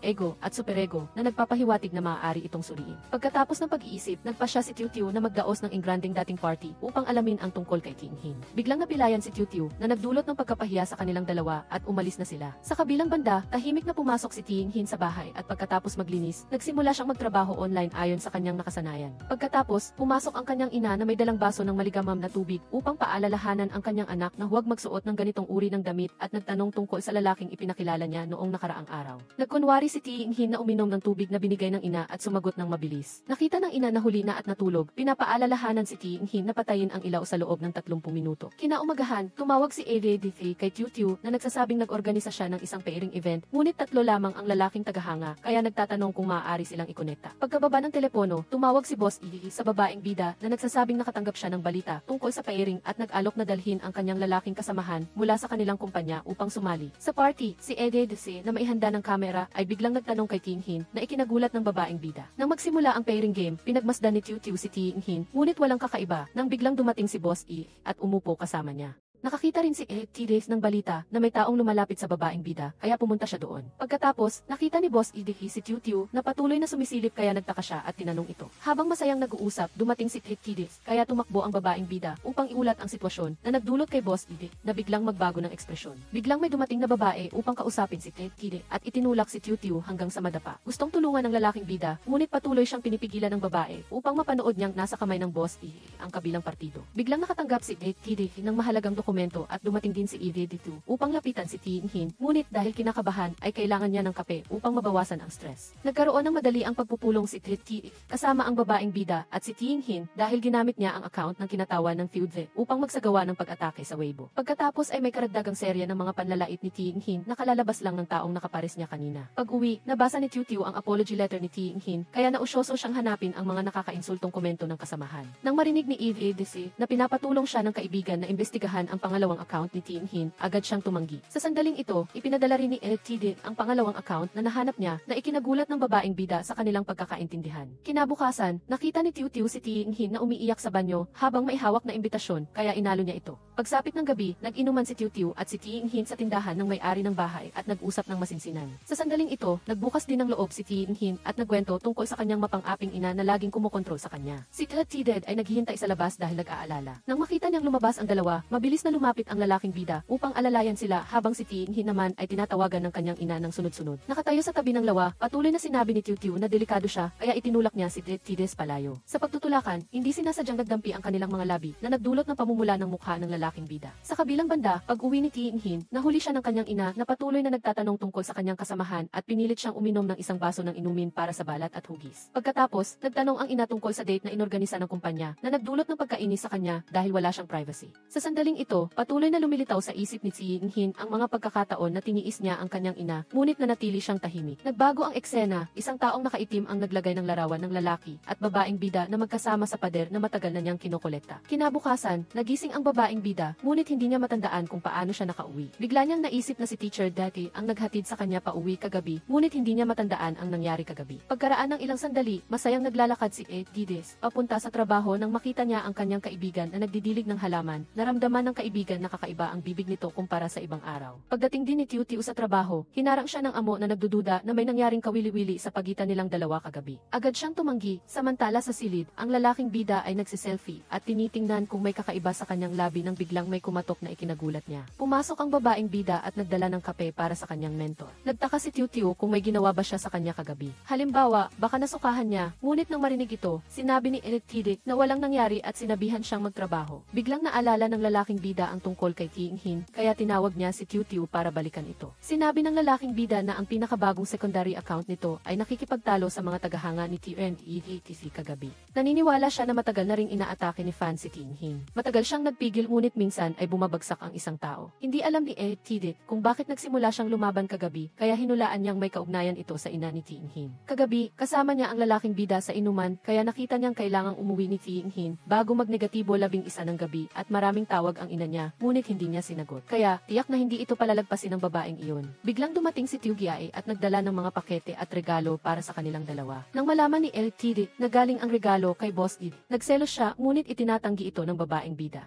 Ito pala ay mga regalo para sa matagumpay na nagpares na mga magkasintahan na inisponsor ni Boss Ziz para sa meetup. Dahil walang nagperes, ipinadala niya ang mga natitirang tiket. Nakita niyang napakaganda ng mga bagay na ito, kaya gusto niya itong ibahagi. Ngunit nang makita siya ng kanyang mentor, agad siyang sinigawan na hindi raw sigurado kung tatanggapin niya ang mga tiket na ito at lalo pa raw makikipagtulungan sa date ni Tiu at ibang tao. Lihim na naisip ng babaeng bida, nagselos ba siya? Bigla siyang nakaisip ng ideya na gamitin ang mga bagay na ito upang mag-organisa ng isang outing at bigyan si Tin Hin ng labis na galit. Umalis si Tiu at umuwi para kumain ng pansit at gusto niyang imbitahan si Dese na sumama sa kanya at sa lahat ng tao sa kumpanya. Bigla siyang nakatanggap ng mensahe. Sinabi ni Tin Hin na may nakatakda siyang date sa katapusan ng linggo na inayos ng kanyang ina, kaya hindi siya makakasama. Malungkot siyang nakaupo sa silid at nag-iisip tungkol sa pakiramdam na nakatali sa kanyang ina at dahil mayroon siyang Stockholm Syndrome, nakalimutan na niya kung paano lumaban. Kasabay nito, nakita ng babaeng bida ang kanyang kaibigan na nagtatapon ng basura, kaya gusto niyang tumulong upang makita si Kiki sa baba. Sa kabilang banda, nagpadala ang lalaking bida ng mga ideya kay Tiu, ngunit walang natanggap na tugon. Lumabas siya at binuksan ang bintana upang magpahangin at bigla siyang nakita sa baba, kaya agad siyang bumaba. Nagkita ang dalawa at pinag-usapan ang plano at binago ang schedule upang si Tin Hin ay makasama ng komportable. Ilang araw ang lumipas, si Tin Hin ay naghahanda na sanang makipagkita sa blind date, ngunit natigilan siya at naalala ang payo ni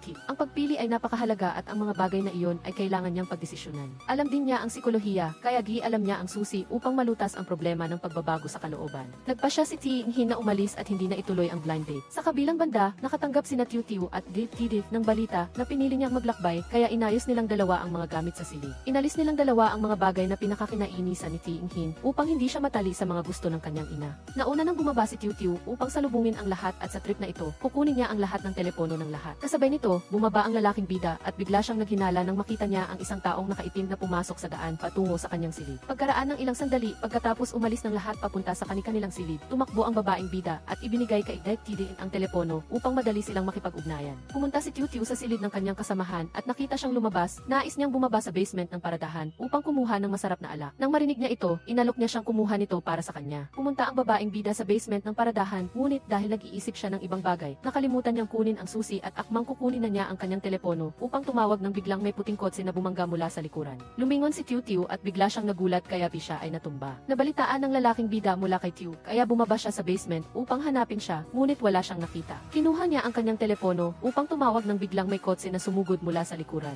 Sa kabutihang palad, nakaiwas si Detective at napagtanto niya na ang nasa kotse ay ang taong nakita niya kanina sa hotel. Agad na hinabol ng lalaking bida ang lalaki. Kasabay nito, ang babaeng bida ay kasama si Boss Edith na tinitingnan ang kanyang koleksyon ng wine. Naalala niya na nang siya ay muntik ng mabangga ng kotse, dumating si Boss Edith upang iligtas siya at humingi ng pabor kay Tiu. Dinala siya nito sa kanyang bahay upang pumili ng masarap na bote ng alak. Alam ng babaeng bida na nakapili siya ng mamahaling bote, kaya gusto niyang palitan ito ng iba, ngunit pinigilan siya nito. Naniniwala si Boss Didi na ang pagpili ng alak ay parang pagpili ng tao. Ang paghanga niya sa bote na ito ay nagpapatunay na may koneksyon sila. Tulad ng pagkikilala niya kay Tiu, ito ay kapalaran din sa kabilang banda. Si Elite Didi ay naghahanap sa paligid at hindi nakita ang tao, nang biglang may kotseng sumugod at bumangga sa kanya. Bumaba ang lalaki sa kotse at kinuha ang kutsilyo upang patayin ang lalaking bida nang biglang may dumating na estranghero, kaya huminto ito at umalis. Hinabol ni Elite Didi, ngunit hindi niya ito naabutan nang biglang may tumawag. Ipinaalam ng babaeng bida sa kanya na kagagaling lang nila ng boss sa hotel dahil kumuha sila ng masarap na alak mula sa bahay nito kanina. Kinabukasan, lahat ay nagtampisaw sa tubig maliban kay Boss Hill. Samantala, si Nagide-Detu at Tiu ay mayroon ng plano. Nagboluntaryo siyang kumanta at mag-rap para sa lahat, ngunit pangunahin ay dahil gusto niyang magsalita si Ting-Hin at manindigan. Ang resulta ay hindi siya nagsalita, naramdaman lang niya na naiinis siya sa pagiging nakalubog sa tubig kaya gusto niyang bumalik sa silid para magpahinga. Wala na silang magawa kaya humingi sila ng tulong kay Detu. Pagkaraan ng ilang sandali, si Ting-Hin na nasa kanyang silid ay nag-iisip tungkol sa mga alaala noong bata pa siya kung saan siya ay laging pinandidirihan nang biglang tumunog ang doorbell.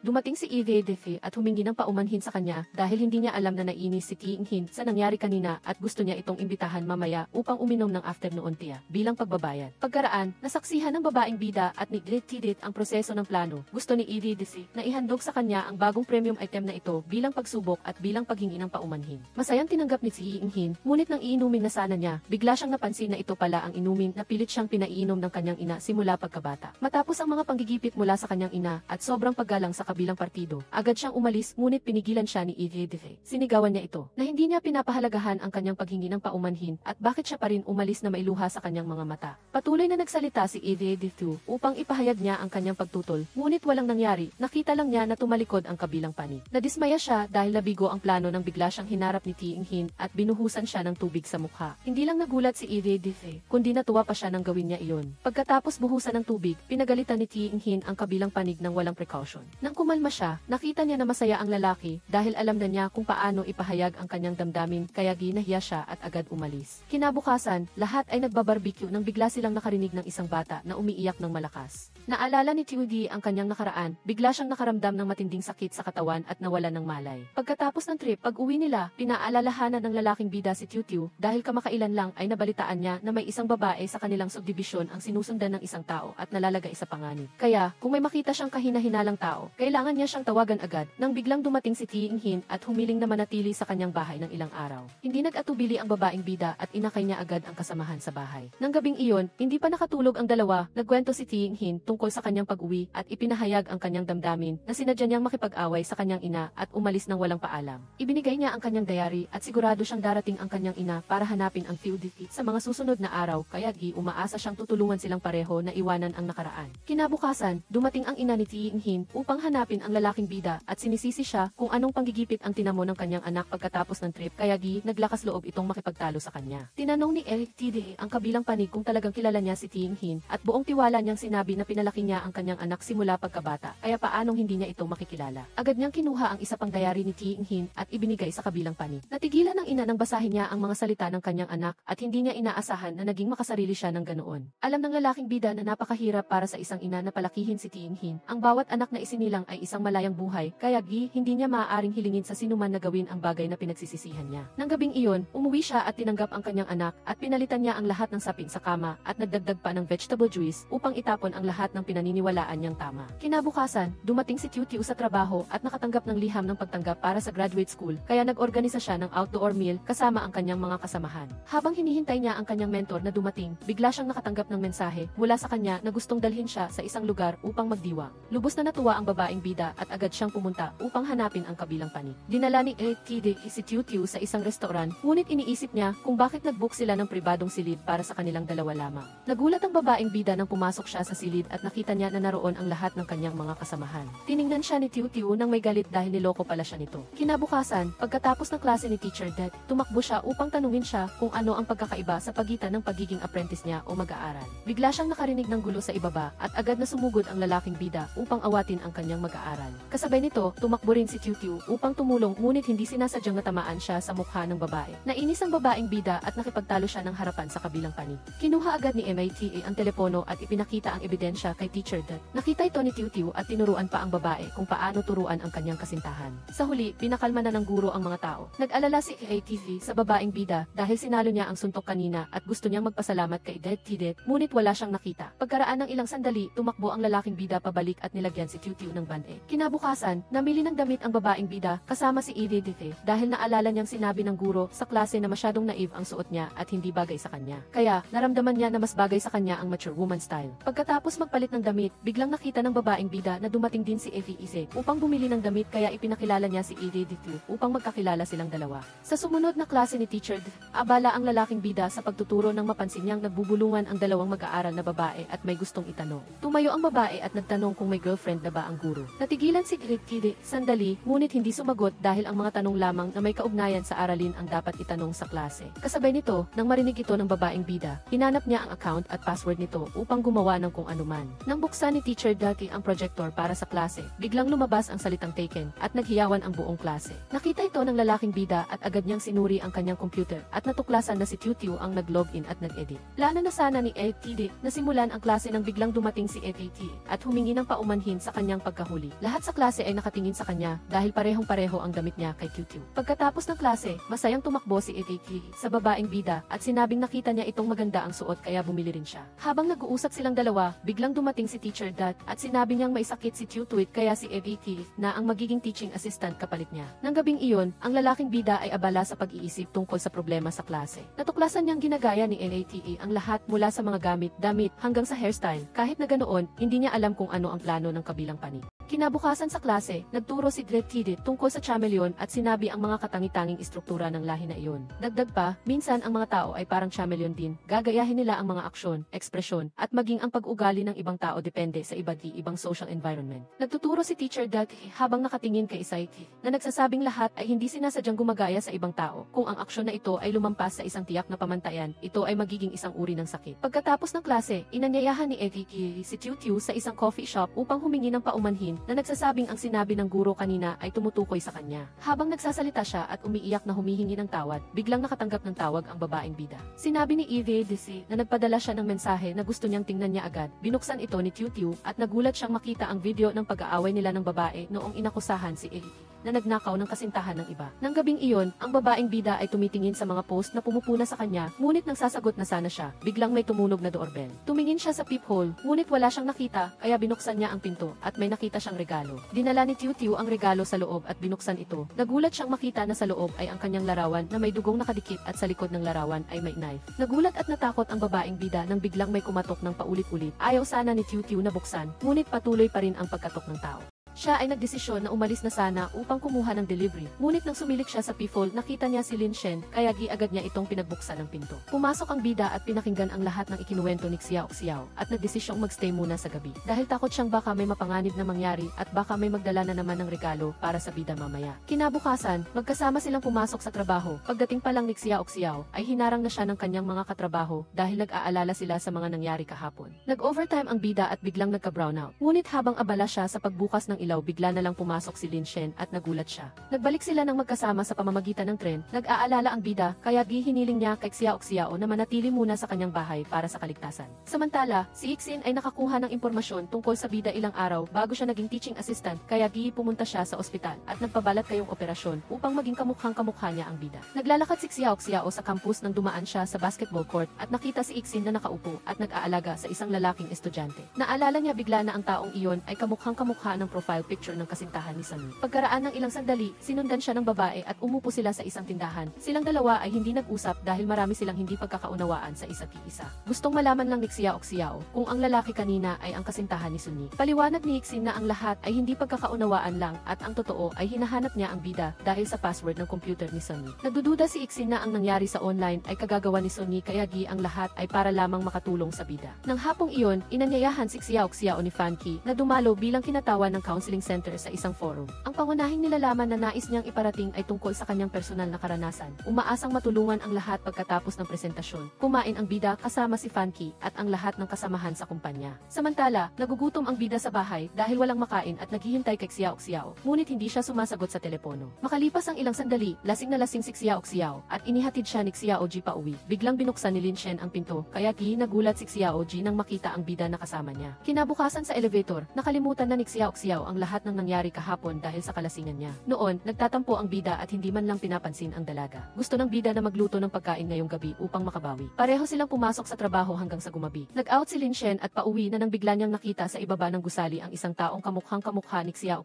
Ngunit malamang nagkamali lang siya ng tingin. Sa itaas, nanonood ng pelikula ang bida para makapagpahinga nang bigla siyang nakarinig ng ingay ni Lin Shen, kaya tumakbo siya palabas para salubungin ito. Naghanda siya ng pagkain at inihanda sa mesa, ngunit alam niyang kumain na ang bida, kaya tahimik siyang naglinis mag-isa. Nakita ito ng bida at tinulungan din niya si Xiao. Bigla niyang naalala na ang taong nakita niya sa ibaba ay kamukhang-kamukha ni Ixin, kaya ikinuwento niya ito sa bida. Kinabukasan sa paaralan, nag-aaway si Ixin at Sonny tungkol sa video na edited. Sa sandaling iyon, nasaksihan ni Lin Shen ang pagtatalo ng dalawa, kaya pumunta siya para mamagitan. Biglang hindi sinasadyang naitulak ni Sonny si Ixin at tumama ang mukha nito sa hallway at nagdugo. Dinala ni Lin Shen si Ixin sa klinik para gamutin ang sugat. Nang marinig ng bida ang balita, tumakbo siya at agad siyang inilabas ni Lin Shen para sabihin sa kanya na si Ixin ang nagsimula ng alitan kay Sonny dahil gusto niyang mahanap ang orihinal na video upang mapawalang sala si Xiao. Maya-maya, lumabas si Ixin at kumuha ng gamot ang bida para magkausap ang dalawa. Tiningnan ni Xiao ang mga mata ni Ixin at nagduda siya na gusto nito ang bida. Sa huli, umamin si Ixin na gusto niya si Lin Shen at gusto niyang tulungan siya ni Xiao na magtapat ng pag-ibig kay Lin Shen. Kinabukasan, sinusubukan ni Xiaoning ang bagong trend na inumin, ang green grape na maaaring magpakalma sa hindi mapakaling damdamin. Nang makita niya ang bida, inanyayahan niya ito na kumain sa isang restaurant na bago lang niyang natuklasan sa weekend. Gusto niyang tawagan ni Xiao si Ian Luo at siya na ang tatawag kay Lin Shen. Nang malaman ni Xiaoning na may date si Xiao sa weekend, nag-schedule na lang siya ng ibang araw. Pagkaraan ng ilang sandali, lumitaw ang bida sa harap ng dalaga. Nakita niyang may gumugulo sa isip ni Xiao, kaya nagbuhos siya ng honey milk para sa kanya. Ang inuming iyon ay makakatulong upang bumuti ang pakiramdam niya. Nakita ng bida na gustong-gusto ni Xiao ang iniinom, kaya gusto niya ring tikman ito. Ngunit hindi sinasadyang kumapit ang lipstick ni Xiao sa labi niya. Agad na nilapitan siya ni Xiao upang punasan ang mansa. Sa labas, hindi sinasadyang dumaan ang mga kasamahan at nakita nilang tila naghahalikan ang dalawa at nagulat sila na ganoon pala ka-open si Lin Shen. Kinabukasan, pagdating ng bida sa kumpanya, nakita niya si Xiao na naglilipstick at naghahanda ng umalis upang kumain kasama si Xiao. Kasabay nito, dumaan si Xiaoning at sinabi kay Lin Shen na mukhang maganda ang mood ng bida ngayon, kaya mukhang naging matagumpay ang date nila para sa hapunan. Nang marinig iyon, nabadtrip siya at hinanap niya si Xiao. Sa loob ng opisina, akmang uwi na sana si Xiao nang biglang dumating si Lin Shen na may dalang tambak na files at pinilit siyang mag-overtime. Nagreklamo ang bida dahil may appointment siya para kumain, ngunit pinilit siya ng bida na magstay dahil mas mahalaga ang trabaho. Kinabukasan sa dorm ng mga guro, natuklasan ang video na ginawa ni Sonny at bigla na lang nahulog ang box ng razor blades. Ang guro ay ikinumpara ang razor blades sa ipinadala kay Xiao at nagtugma ang mga ito, kaya agad niyang ipinatawag si Sonny sa opisina para sa withdrawal form na laman ng bida at ng lahat ang balita at sa wakas ay napawalang sala siya. Habang nakikipag-usap si Xiao sa telepono kay Yan Luo, biglang dumating ang kasintahan ni Sonny. Gusto niyang tulungan siya ni Xiao na patawarin ang kanyang kasintahan at tungkol sa mga razor blades, sinabi ni Peng Su na kahit wala siyang ebidensya, talagang naniniwala siyang hindi iyon ginawa ni Sonny. Ipinakita niya kay Xiao ang kanyang telepono na puno ng mga mensahe kung saan si Ixin ay laging naghahanap sa kanya, nagbibigay ng pag-asa at pagkatapos ay binabali. Kasama na rito ang paghahanap niya kay Peng Su dahil gusto niyang malaman ang password ng computer ni Sunny. Ngunit sa totoo lang, walang password ang computer niya. Nang marinig ni Xiao ang lahat ng ito, nagsimula siyang maghinala kay Ixin. Nang gabing iyon, umupo ang bida kasama ang kanyang master at naghanda ng email para sa mga leader ng paaralan, humihiling na huwag paalisin si Sunny sa pag-aaral. Ikinuwento ni Xiao kay Lin Shen ang lahat ng nalalaman niya. Biglang tumawag si Ixin kay Lin Shen, sinasabing natagpuan ng mga guro ang mga razor blades at ngayon ay sinisisi siya ng lahat sa dorm. Nagreklamo si Sunny na talagang malapit na siyang masakal sa panggigipit ng kanyang mga kaibigan. Ngayon, gusto niyang pumunta kay Lin Shen para marinig ang boses nito upang siya ay maging maayos. Inanyayahan siya ng bida sa kanyang opisina dahil sa relasyon nilang guro at estudyante. Hindi siya maaaring maging formal na psychologist ni Ixin at ituring na lang nila itong pag-usap nilang dalawa. Kinabukasan, gumagamit si Lin Shen ng hypnosis upang gamutin si Ixin. Pagdating niya sa dorm, naramdaman niya ang tunog ng tubig na umaagos at nakita niya ang sarili niya roon na nagtatapon ng balat ng peach kung saan-saan. Alam ni Ixin na allergic ang kanyang kasama sa kwarto, ngunit sinadya niya itong gawin upang makuha niya ang posisyon na teaching assistant ni Lin Shen. Nasaksihan pa niya ang sarili niyang kumuha ng impormasyon ni Xiao at ang pagkakataon na sinadya niyang magpakita kay Lin Shen nang dumating si Sunny at nagselos. Pagbalik sa realidad, nagsinungaling si Ixin na napaka-epektibo ng hypnosis. Pakiramdam niya ay nakatulog siya ng mahimbing kanina. Naniniwala ang bida na kung biglang nagising si Ixin ay tiyak na may nakita o narinig siya habang naka-hypnotize. Natakot si Ixin kaya agad siyang naghanap ng paraan para umalis. Tumakbo siya palabas at bigla niyang nakita si Xiao. Ipinakita niya kay Ixin ang eksena sa hallway kung sino ang nagpadala ng regalo sa kanya. Pati na rin ang tungkol sa pagtatago ni Ixin ng kahon ng razor blades para saktan si Sunny. Nagulat si Ixin at hindi alam kung paano ipapaliwanag dahil nabunyag na ang lahat. Humingi na lamang ng tawad si Ixin at humiling kay Xiao na patawarin siya. Gusto ng bida na pumunta si Ixin sa paaralan upang aminin ang kanyang pagkakamali at panagutan ang kanyang mga ginawa. Si Sunny ay pinaparusahan din dahil sa pagpapakalat ng edited video. Paulit-ulit na sinaway ni Xiao si Ixin, sinasabing hindi ito dapat magsinungaling, manloko, at lalong hindi dapat manakit ng iba. Kinabukasan, pumunta si Xiao at Lin Shen sa kumpanya at inanyayahan sila ng lahat na kumain ng hotpot sa bahay ni Xiaoning. Tumanggi silang dalawa dahil abala sila, ngunit hindi nila alam na narinig na ng lahat ang buong kwento. Makalipas ang ilang sandali, nagpunta sa supermarket ang lahat ng tao sa kumpanya para mamili. Kasabay nito, nasa supermarket din ang bida at si Xiao upang maghanda para sa hapunan. Magkasama silang pumili ng pagkain nang biglang nawala si Xiao. Agad siyang pumasok sa room at nagbasa ng anunsyo sa loudspeaker na hinahanap niya si Lin Shen. Narinig ito ng lahat kaya agad nilang tinawagan ang bida, ngunit walang sagot. Pumunta siya sa Lost and Found at nakita niya si Xiao. Biglang napansin ni Lin Shen na papalapit si Xiaoning kaya nagtago siya. Tumawag ulit si Xiaoning sa telepono at bigla siyang nakarinig ng tunog ng ring sa loob ng silid. Lumapit si Xiaoning, binuksan ang pinto, at nagtanong sa empleyado at nalaman niyang umalis na ang bida kanina, ngunit ang totoo ay alam niyang nagtatago ito sa likod ng pinto. Walang nagawa ang bida kaya lumabas na siya at hinila siya ng lahat pauwi sa bahay ng kanilang boss para kumain ng hotpot. Nagpadala si Xiaoning ng mensahe sa asawa niya na aalagaan niya si Lin Shen ng mabuti. Nahiya si Xiao nang matanggap ang mensahe at hindi niya alam kung saan magtatago ng mukha. Nang gabing iyon, masayang kumain ang lahat ng hotpot, ngunit ang bida lang ang naghahanap ng dahilan para umuwi at pinigilan siya ni Xiaoning sa lahat ng paraan. Samantala, mag-isang nakaupo si Xiao sa bahay ni Lin Shen, tinatamasa ang mga pagkain at wine. Busog at lasing siya, ngunit nababagot kaya agad siyang nagtungo sa sofa at sumayaw at kumanta ng mag-isa. Sa sandaling iyon, alam na ni Xiaoning ang lahat tungkol kay Lin Shen, kaya nagmakaawa ito ng matagal bago siya pinayagang umuwi. Nang gabing iyon, binasa ng bida at ni Xiao ang balita tungkol sa parusa kay Ixin at sa lahat ng panganib kaya nag-iimpake na siya upang umuwi. Naawa si Lin Shen kaya naghahanap siya ng dahilan. Sinabi niya na umuulan daw ayon sa weather forecast, kaya magstay na lang si Xiao at sa ibang araw na lang umalis. Lihim na natuwa ang bida nang marinig ito. Kinabukasan, pagdating sa kumpanya, sumasakit ang ulo ni Xiao sa paglutas sa problema dahil sobrang cheesy ng love letter ni Kele para kay Suyan. Biglang narinig iyon ng bida sa labas kaya pumasok siya upang makisali at agad siyang humingi ng tulong ni Kele. Kaya nagbahagi silang dalawa ng kanilang love story upang kopyahin ito ni Kele. Mahaba ang pagkukwento ni Lin Shen nang bigla niyang hinila si Xiao at hinalikan ito. Kinabukasan, umuwi ang bida at nagligpit ng gamit. Naramdaman ni Yanluo na may kakaiba kina Xiao at Lin Shen, ngunit hindi ito sinabi ng dalaga. Alam ni Yanluo na ang bida ay hindi isang uri ng lalaki na magsasalita ng matatamis na salita para suyuin ang babae, ngunit ang ganitong uri ng tao ang mas mapagkakatiwalaan. Agad na itong tinanggihan ni Xiao, ngunit hindi niya alam na ang lahat ng sinabi ni Yanluo ay patibong. Pagkaraan ng ilang sandali, ikinuwento ng bida ang buong pangyayari kay Yanluo at naisip niya sa sarili, masama ba talaga ang kissing skill ko? Samantala, naramdaman ng bida ang pagkalungkot sa bahay. Naaalala ang mga sandali na narito pa si Xiao, kaya binuksan niya ang kanyang telepono at binasa ang love counseling story. Kinabukasan, binibigyan ng hypnosis therapy ang bida kay Sondong. Naramdaman niya ang pressure mula sa trabaho, pera, at board of directors na nakadagan sa kanya. Dahil sa sobrang stress, nagising si Sondong at nakita niyang komplikado ang kanyang sitwasyon, kaya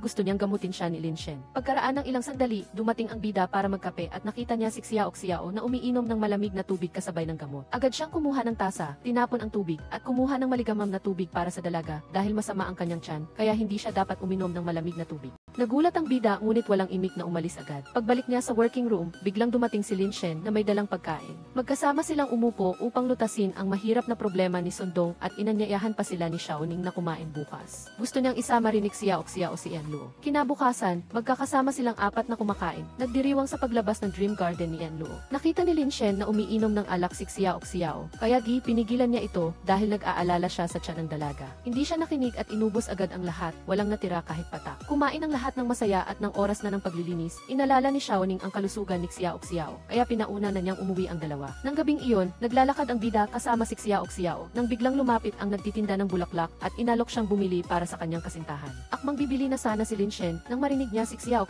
na nagsabing hindi siya kasintahan ng bida. Nang marinig iyon, inamin din ni Lin Shen na hindi niya kasintahan si Xiao. Nagalit ang dalaga at agad siyang umalis. Kinabukasan, sinadya ni Xiao na magsuot ng singsing sa forefinger at pumasok siya upang ibigay ang schedule sa susunod na linggo kay Lin Shen. Nang makita iyon ng bida, inanyayahan niya si Xiao na mag-lunch, ngunit tinanggihan siya. Agad na binawi ni Lin Shen at sinabing si Xiaoning pala ang inanyayahan niya. Naiinis ang bida kaya agad siyang nagbigay ng notice na maghahating araw siyang magpapahinga at mabilis siyang lumabas. Alam ni Xiaoning na hindi kailanman nagsuot ng singsing si Xiao noon. Ngayon, hindi lang siya nagsuot ng singsing kundi sa forefinger pa, na nagpapatunay na single siya. Nang hapong iyon, nagmamadaling pumunta ang bida sa sinehan nang bigla siyang nakatanggap ng tawag mula sa nursing home, kaya agad siyang bumaba sa istasyon ng tren. Samantala, naghihintay si Xiao kay Lin Shen na dumating para panoorin ang pelikulang inayos ni Xiaoning. Matagal siyang naghintay at nang hindi pa rin dumating ang bida, tinawagan niya ito, ngunit walang sumasagot. Isang oras na ang nakalipas, bumalik si Xiao sa kanyang opisina at tinawagan ang kanyang tauhan. Inulat ng tauhan na tapos na ang tungkol sa nursing home at ipinasa na lang ang lahat sa kanya. Samantala, matagal nang naghihintay ang bida, kaya lumabas siya at naglaro sa mga laruan ng bata para mag-aliw.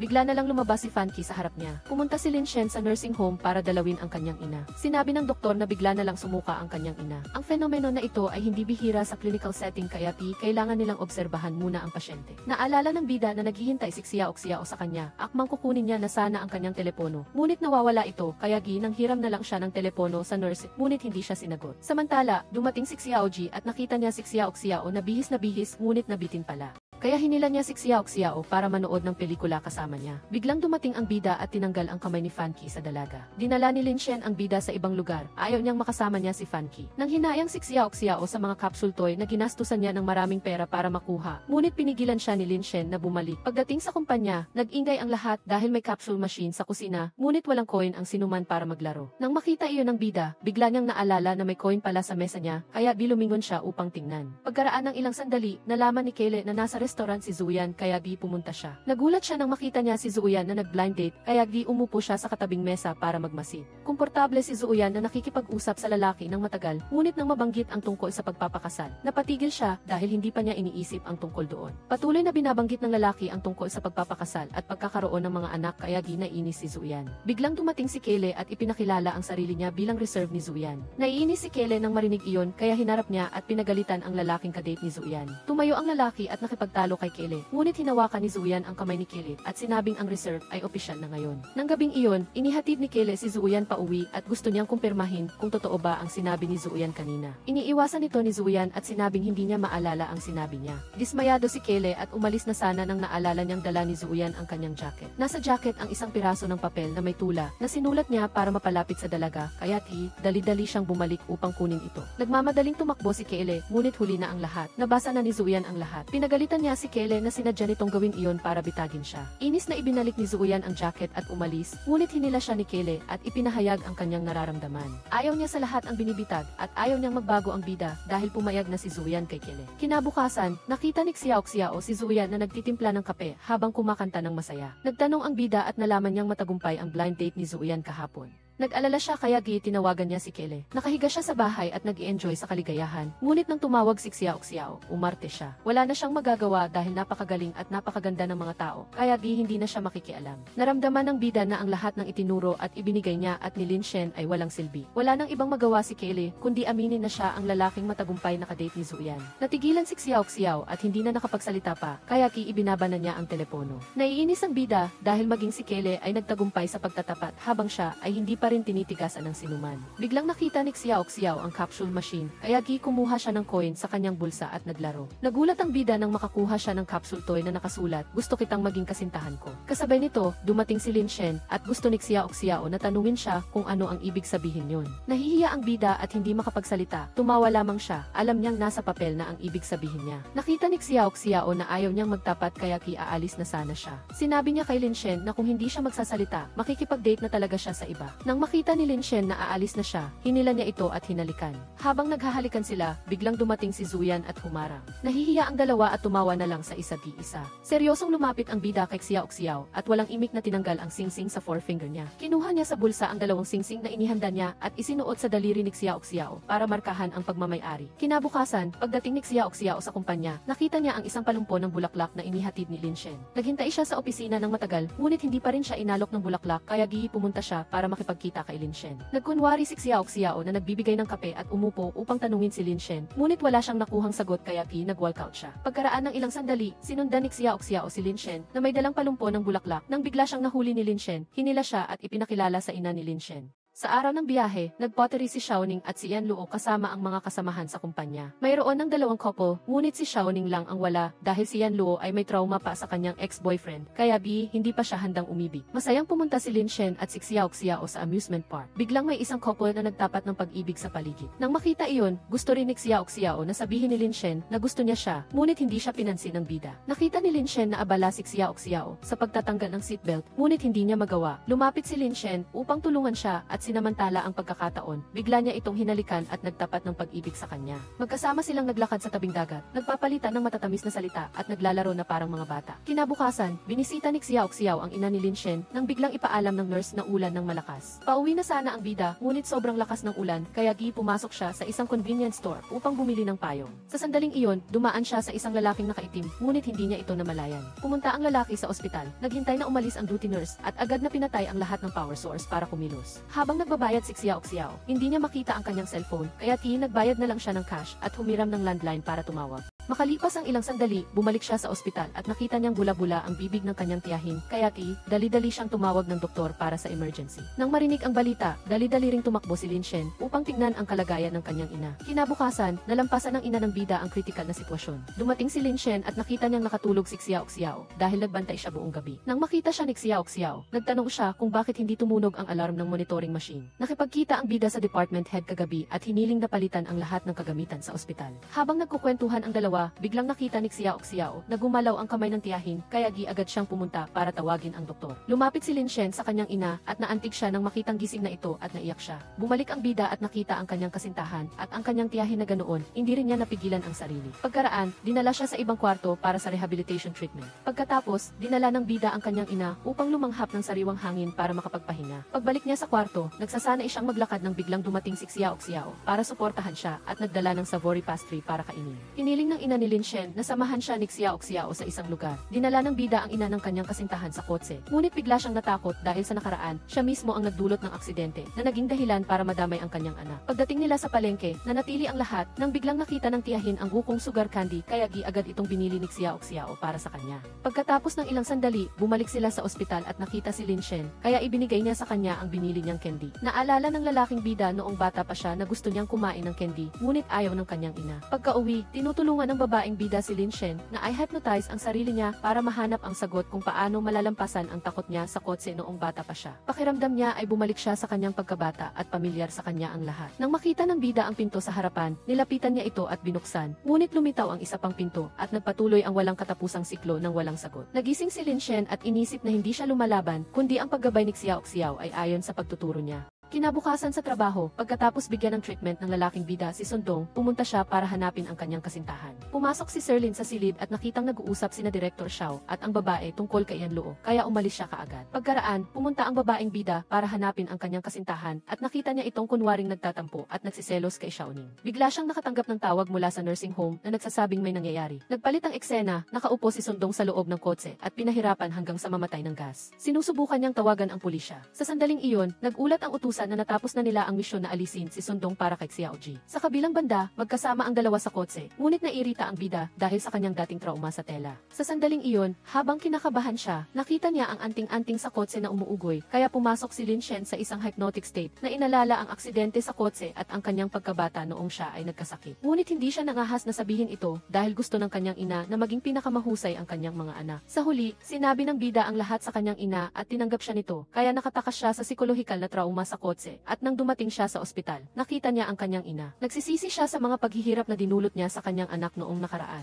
Inisip ng kanyang ina na marami siyang utang sa kanyang anak, ngunit hindi ito pinansin ni Lin Shen at matagal na siyang nagpatawad sa kanyang ina. Nagpalit ang eksena at magkasamang nag-skydive sina Director Xiao at Yan Luo. Iniligtas siya ni Xiao mula sa trauma na dulot ng kanyang dating kasintahan. Mayroon si Xiao ng isang napakababangis na ideya at hindi niya alam kung gusto itong subukan ng babae. Ito ay kapag siya ay gumuguhit, madalas siyang lumilikha ng tinatawag na panandali ang kasintahan. Tinanong niya si Yan Luo kung papayag siyang maging panandali ang kasintahan niya. Nag-alinlangan si Yan Luo at nag-isip-isip tungkol sa kung paano siya inalagaan ni Xiao Ning at iniligtas. Sa huli, pumayag si Yan Luo na maging kasintahan niya. Magkasama silang kumain, namili at umuwi. Bigla niyang nakita ang kanyang ina na naghihintay sa harap ng pinto, kaya ipinakilala ni Yan Luo si Xiao Ning sa kanya. Pagkatapos umalis ni Xiao, kaagad siyang sinisi at pinipilit ng kanyang ina na nagdulot ng higit pang pressure kay Yan Luo. Dahil hindi na siya makatiis, sumabog siya at tinapos ang ugnayan sa kanyang ina, lalo na ang tungkol sa pinansyal na tulong na ibinibigay ni Yan Luo sa mahabang panahon. Umiyak siyang mag-isa nang biglang dumating si Xiao Ning para aliwin siya. Sinabi ni Yan Luo na masaya siya dahil nasabi niya ang lahat ng itinatago niya sa loob ng mahabang panahon. Kinabukasan, pumunta ang bida sa bahay ni Xiao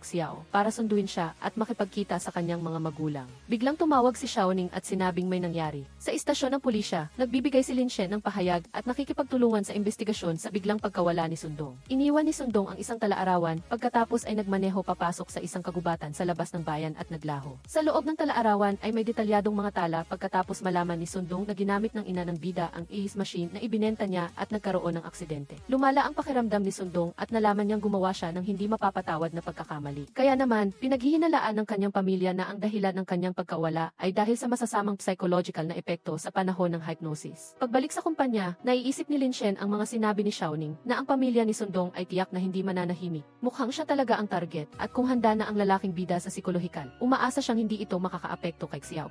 Pagkatapos ng ilang araw, bumalik ang babaeng bida mula sa pagbisita sa kanyang mga magulang. Sinubukan niyang tawagan ang bida, ngunit walang sagot hanggang sa biglang dumating si Lin Shen. Masayang tumakbo si Xiao upang salubungin siya at inanyayahan siya na tikman ang luto ng kanyang ina. Dahil sa dami ng nangyari, hindi makakain ang bida at gusto ni Lin Shen na maghiwalay muna sila ng ilang sandali. Sa mga nakalipas na araw, napag-isipan niya ng mabuti na hindi sila bagay para sa isa't iisa. Nagulat ang babaeng bida at hindi makapaniwala, ngunit alam niyang may pinagdadaanan ang lalaki na hindi niya masabi. Gusto niya na anuman ang mangyari, haharapin nila ito ng magkasama at kung hindi nila kayang lutasin, gusto pa rin ni Xiao na manatili sa tabi niya. Dahil natatakot si Sir Lin na madamay ang babaeng bida, nagpumilit siyang tapusin na nila ang lahat. Kinabukasan, pumunta ang bida sa kumpanya at pinakita ni Xiao Ning na may nagpadala ng malisyosong artikulo sa isang psychological weekly magazine na naninira sa kanilang sentro. Nakipag-ugnayan ang editor sa kanya para kumpirmahin ito at nag-isip sila kung paano ito pipigilan. Ang isa pang bagay ay nag-resign na si Xiao noong isang gabi. Sa kabilang banda, pagising pa lang ng babaeng bida, nakatanggap siya ng text mula sa kanyang mga kaibigan na hindi nila siya matutulungan sa pagganti sa kanyang kasintahan. Kaya maaari lang nilang bigyan siya ng travel ticket para gumaan ang kanyang pakiramdam.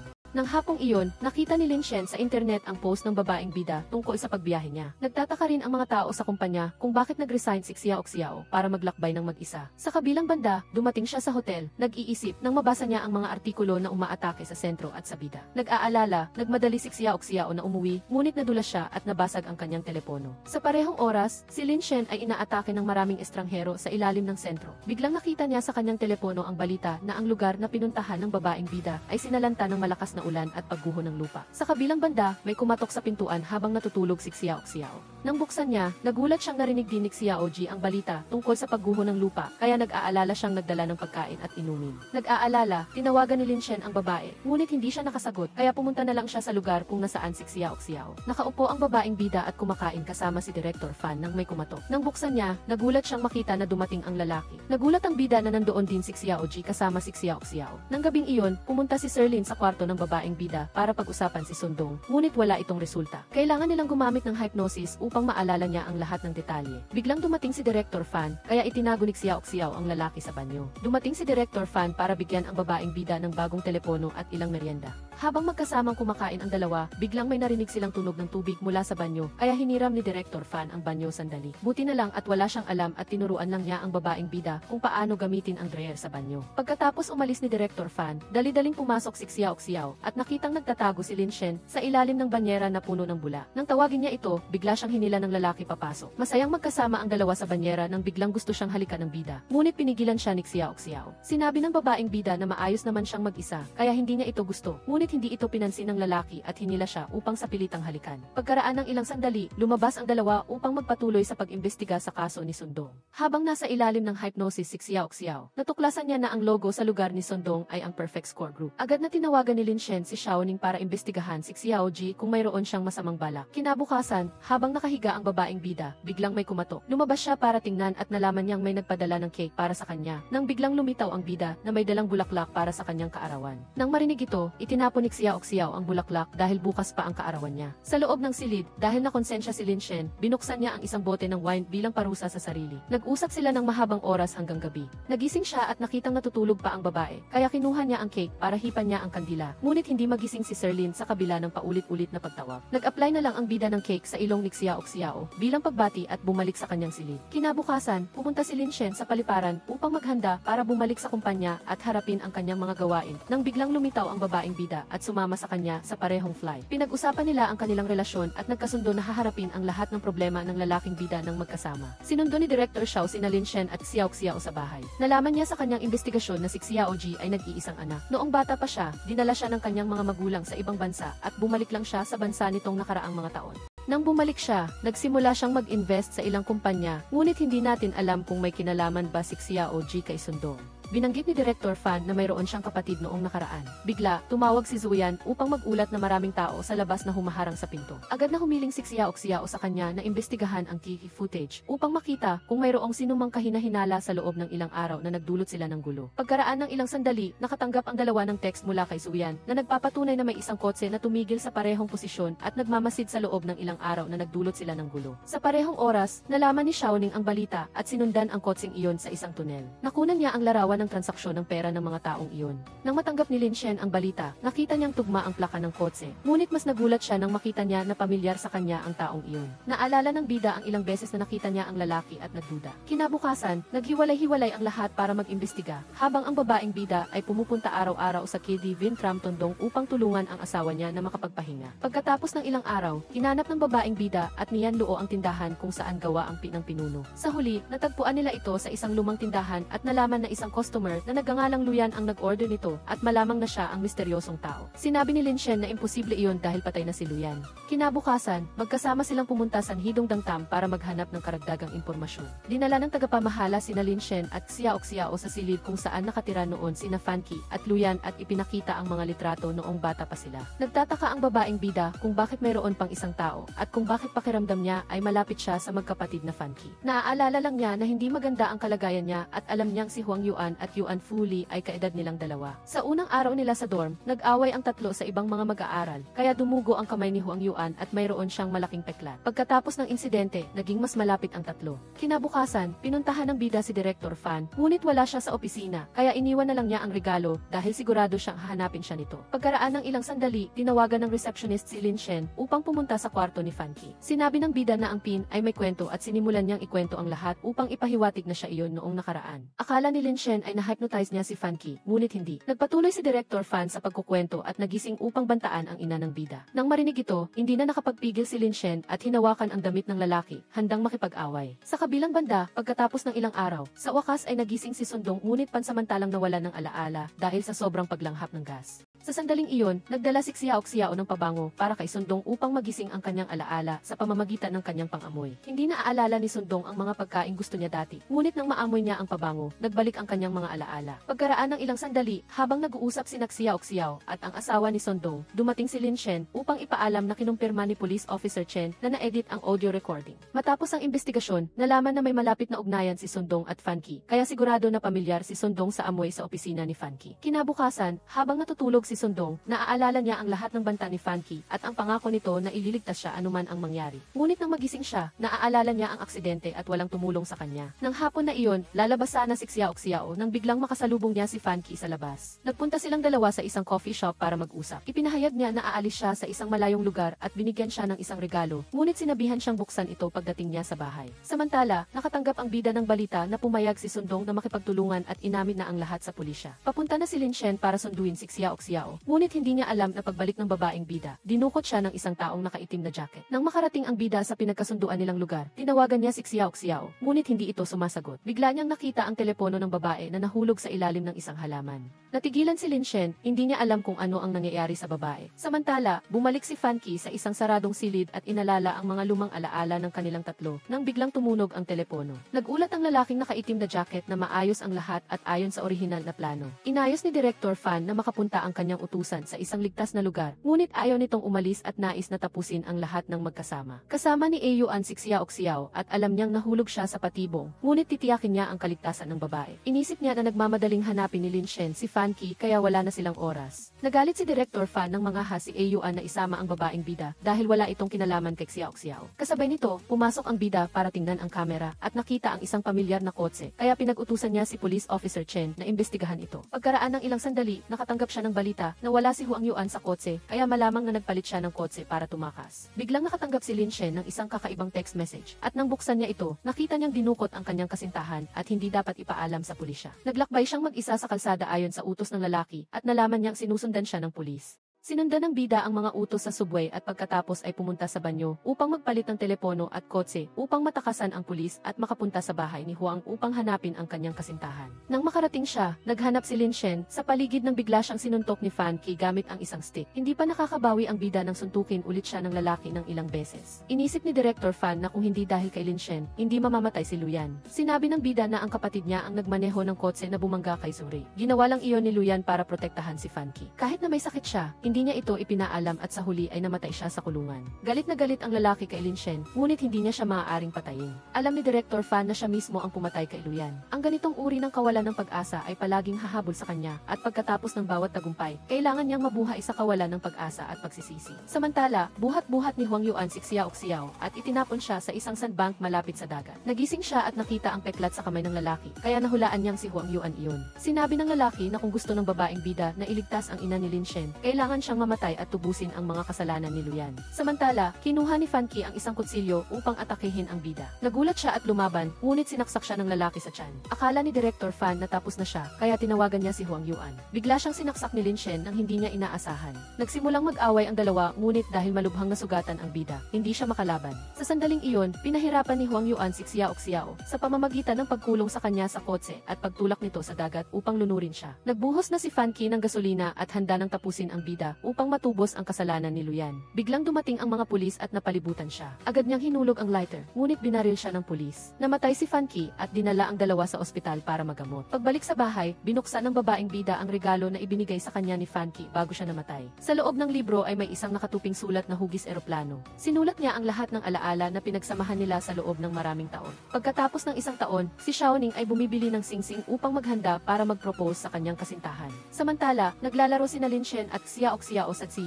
Nanalo ang babaeng bida, kaya kailangan niyang kumuha ng tubig para sa kanya. Sa sandaling iyon, nakatanggap si Xiao ng email na naaprubahan na siya. Sa unang araw ng susunod na buwan, kailangan siyang pumunta sa England para sa 3 buwang International Academic Exchange sa Psychology. Pagbalik ni Lin Shen na may dalang tubig, aamin sana ang babaeng bida sa lalaki, ngunit nagbago ang kanyang isip, kaya nagpatuloy silang naglaro ng magkasama.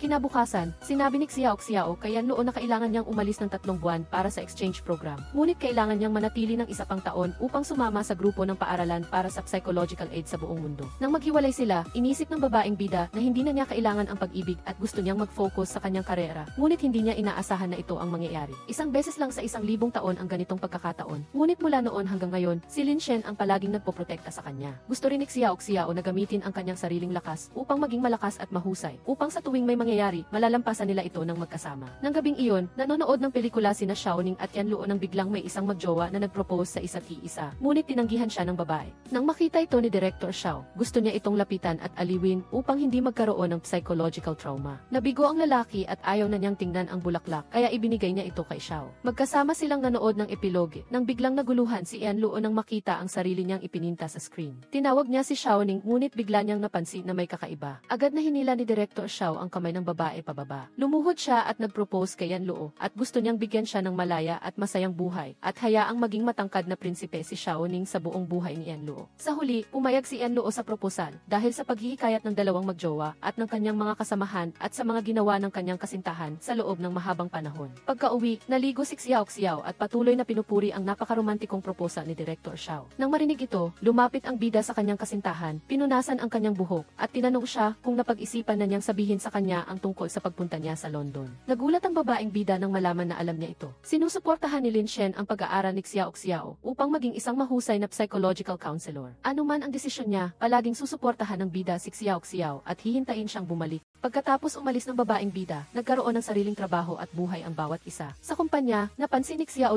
na nagiging kakaiba si Sir Lin nitong mga nakaraang araw. Nakikita niya itong abala sa pagtatanim at pag-aalaga ng mga halaman. Sa kabilang banda, pagbalik ni Xiao mula sa trabaho, nakita niya ang sapatos ng lalaki at naisip na baka dinala ito ng kanyang kasama sa kwarto. Pagpasok niya, nakita niya ang lamesa na puno ng masasarap na pagkain nang biglang lumitaw si Lin Shen. Nagulat at masayang sumigaw ang babaeng bida at agad na tumakbo para yakapin siya. Nagtataka si Xiao kung bakit naroon ang lalaki. Ipinahayag ng bida na naroon siya para gamutin ang kanyang sakit na tinatawag na end-stage love trance syndrome. Tinatawag itong sakit ng pagmamahal o hypnotize ng pag-ibig. Sa huli, naghalikan ang dalawa ng may pagmamahal. Dito nagtatapos ang pelikula. Salamat sa panonood, paalam at hanggang sa muli.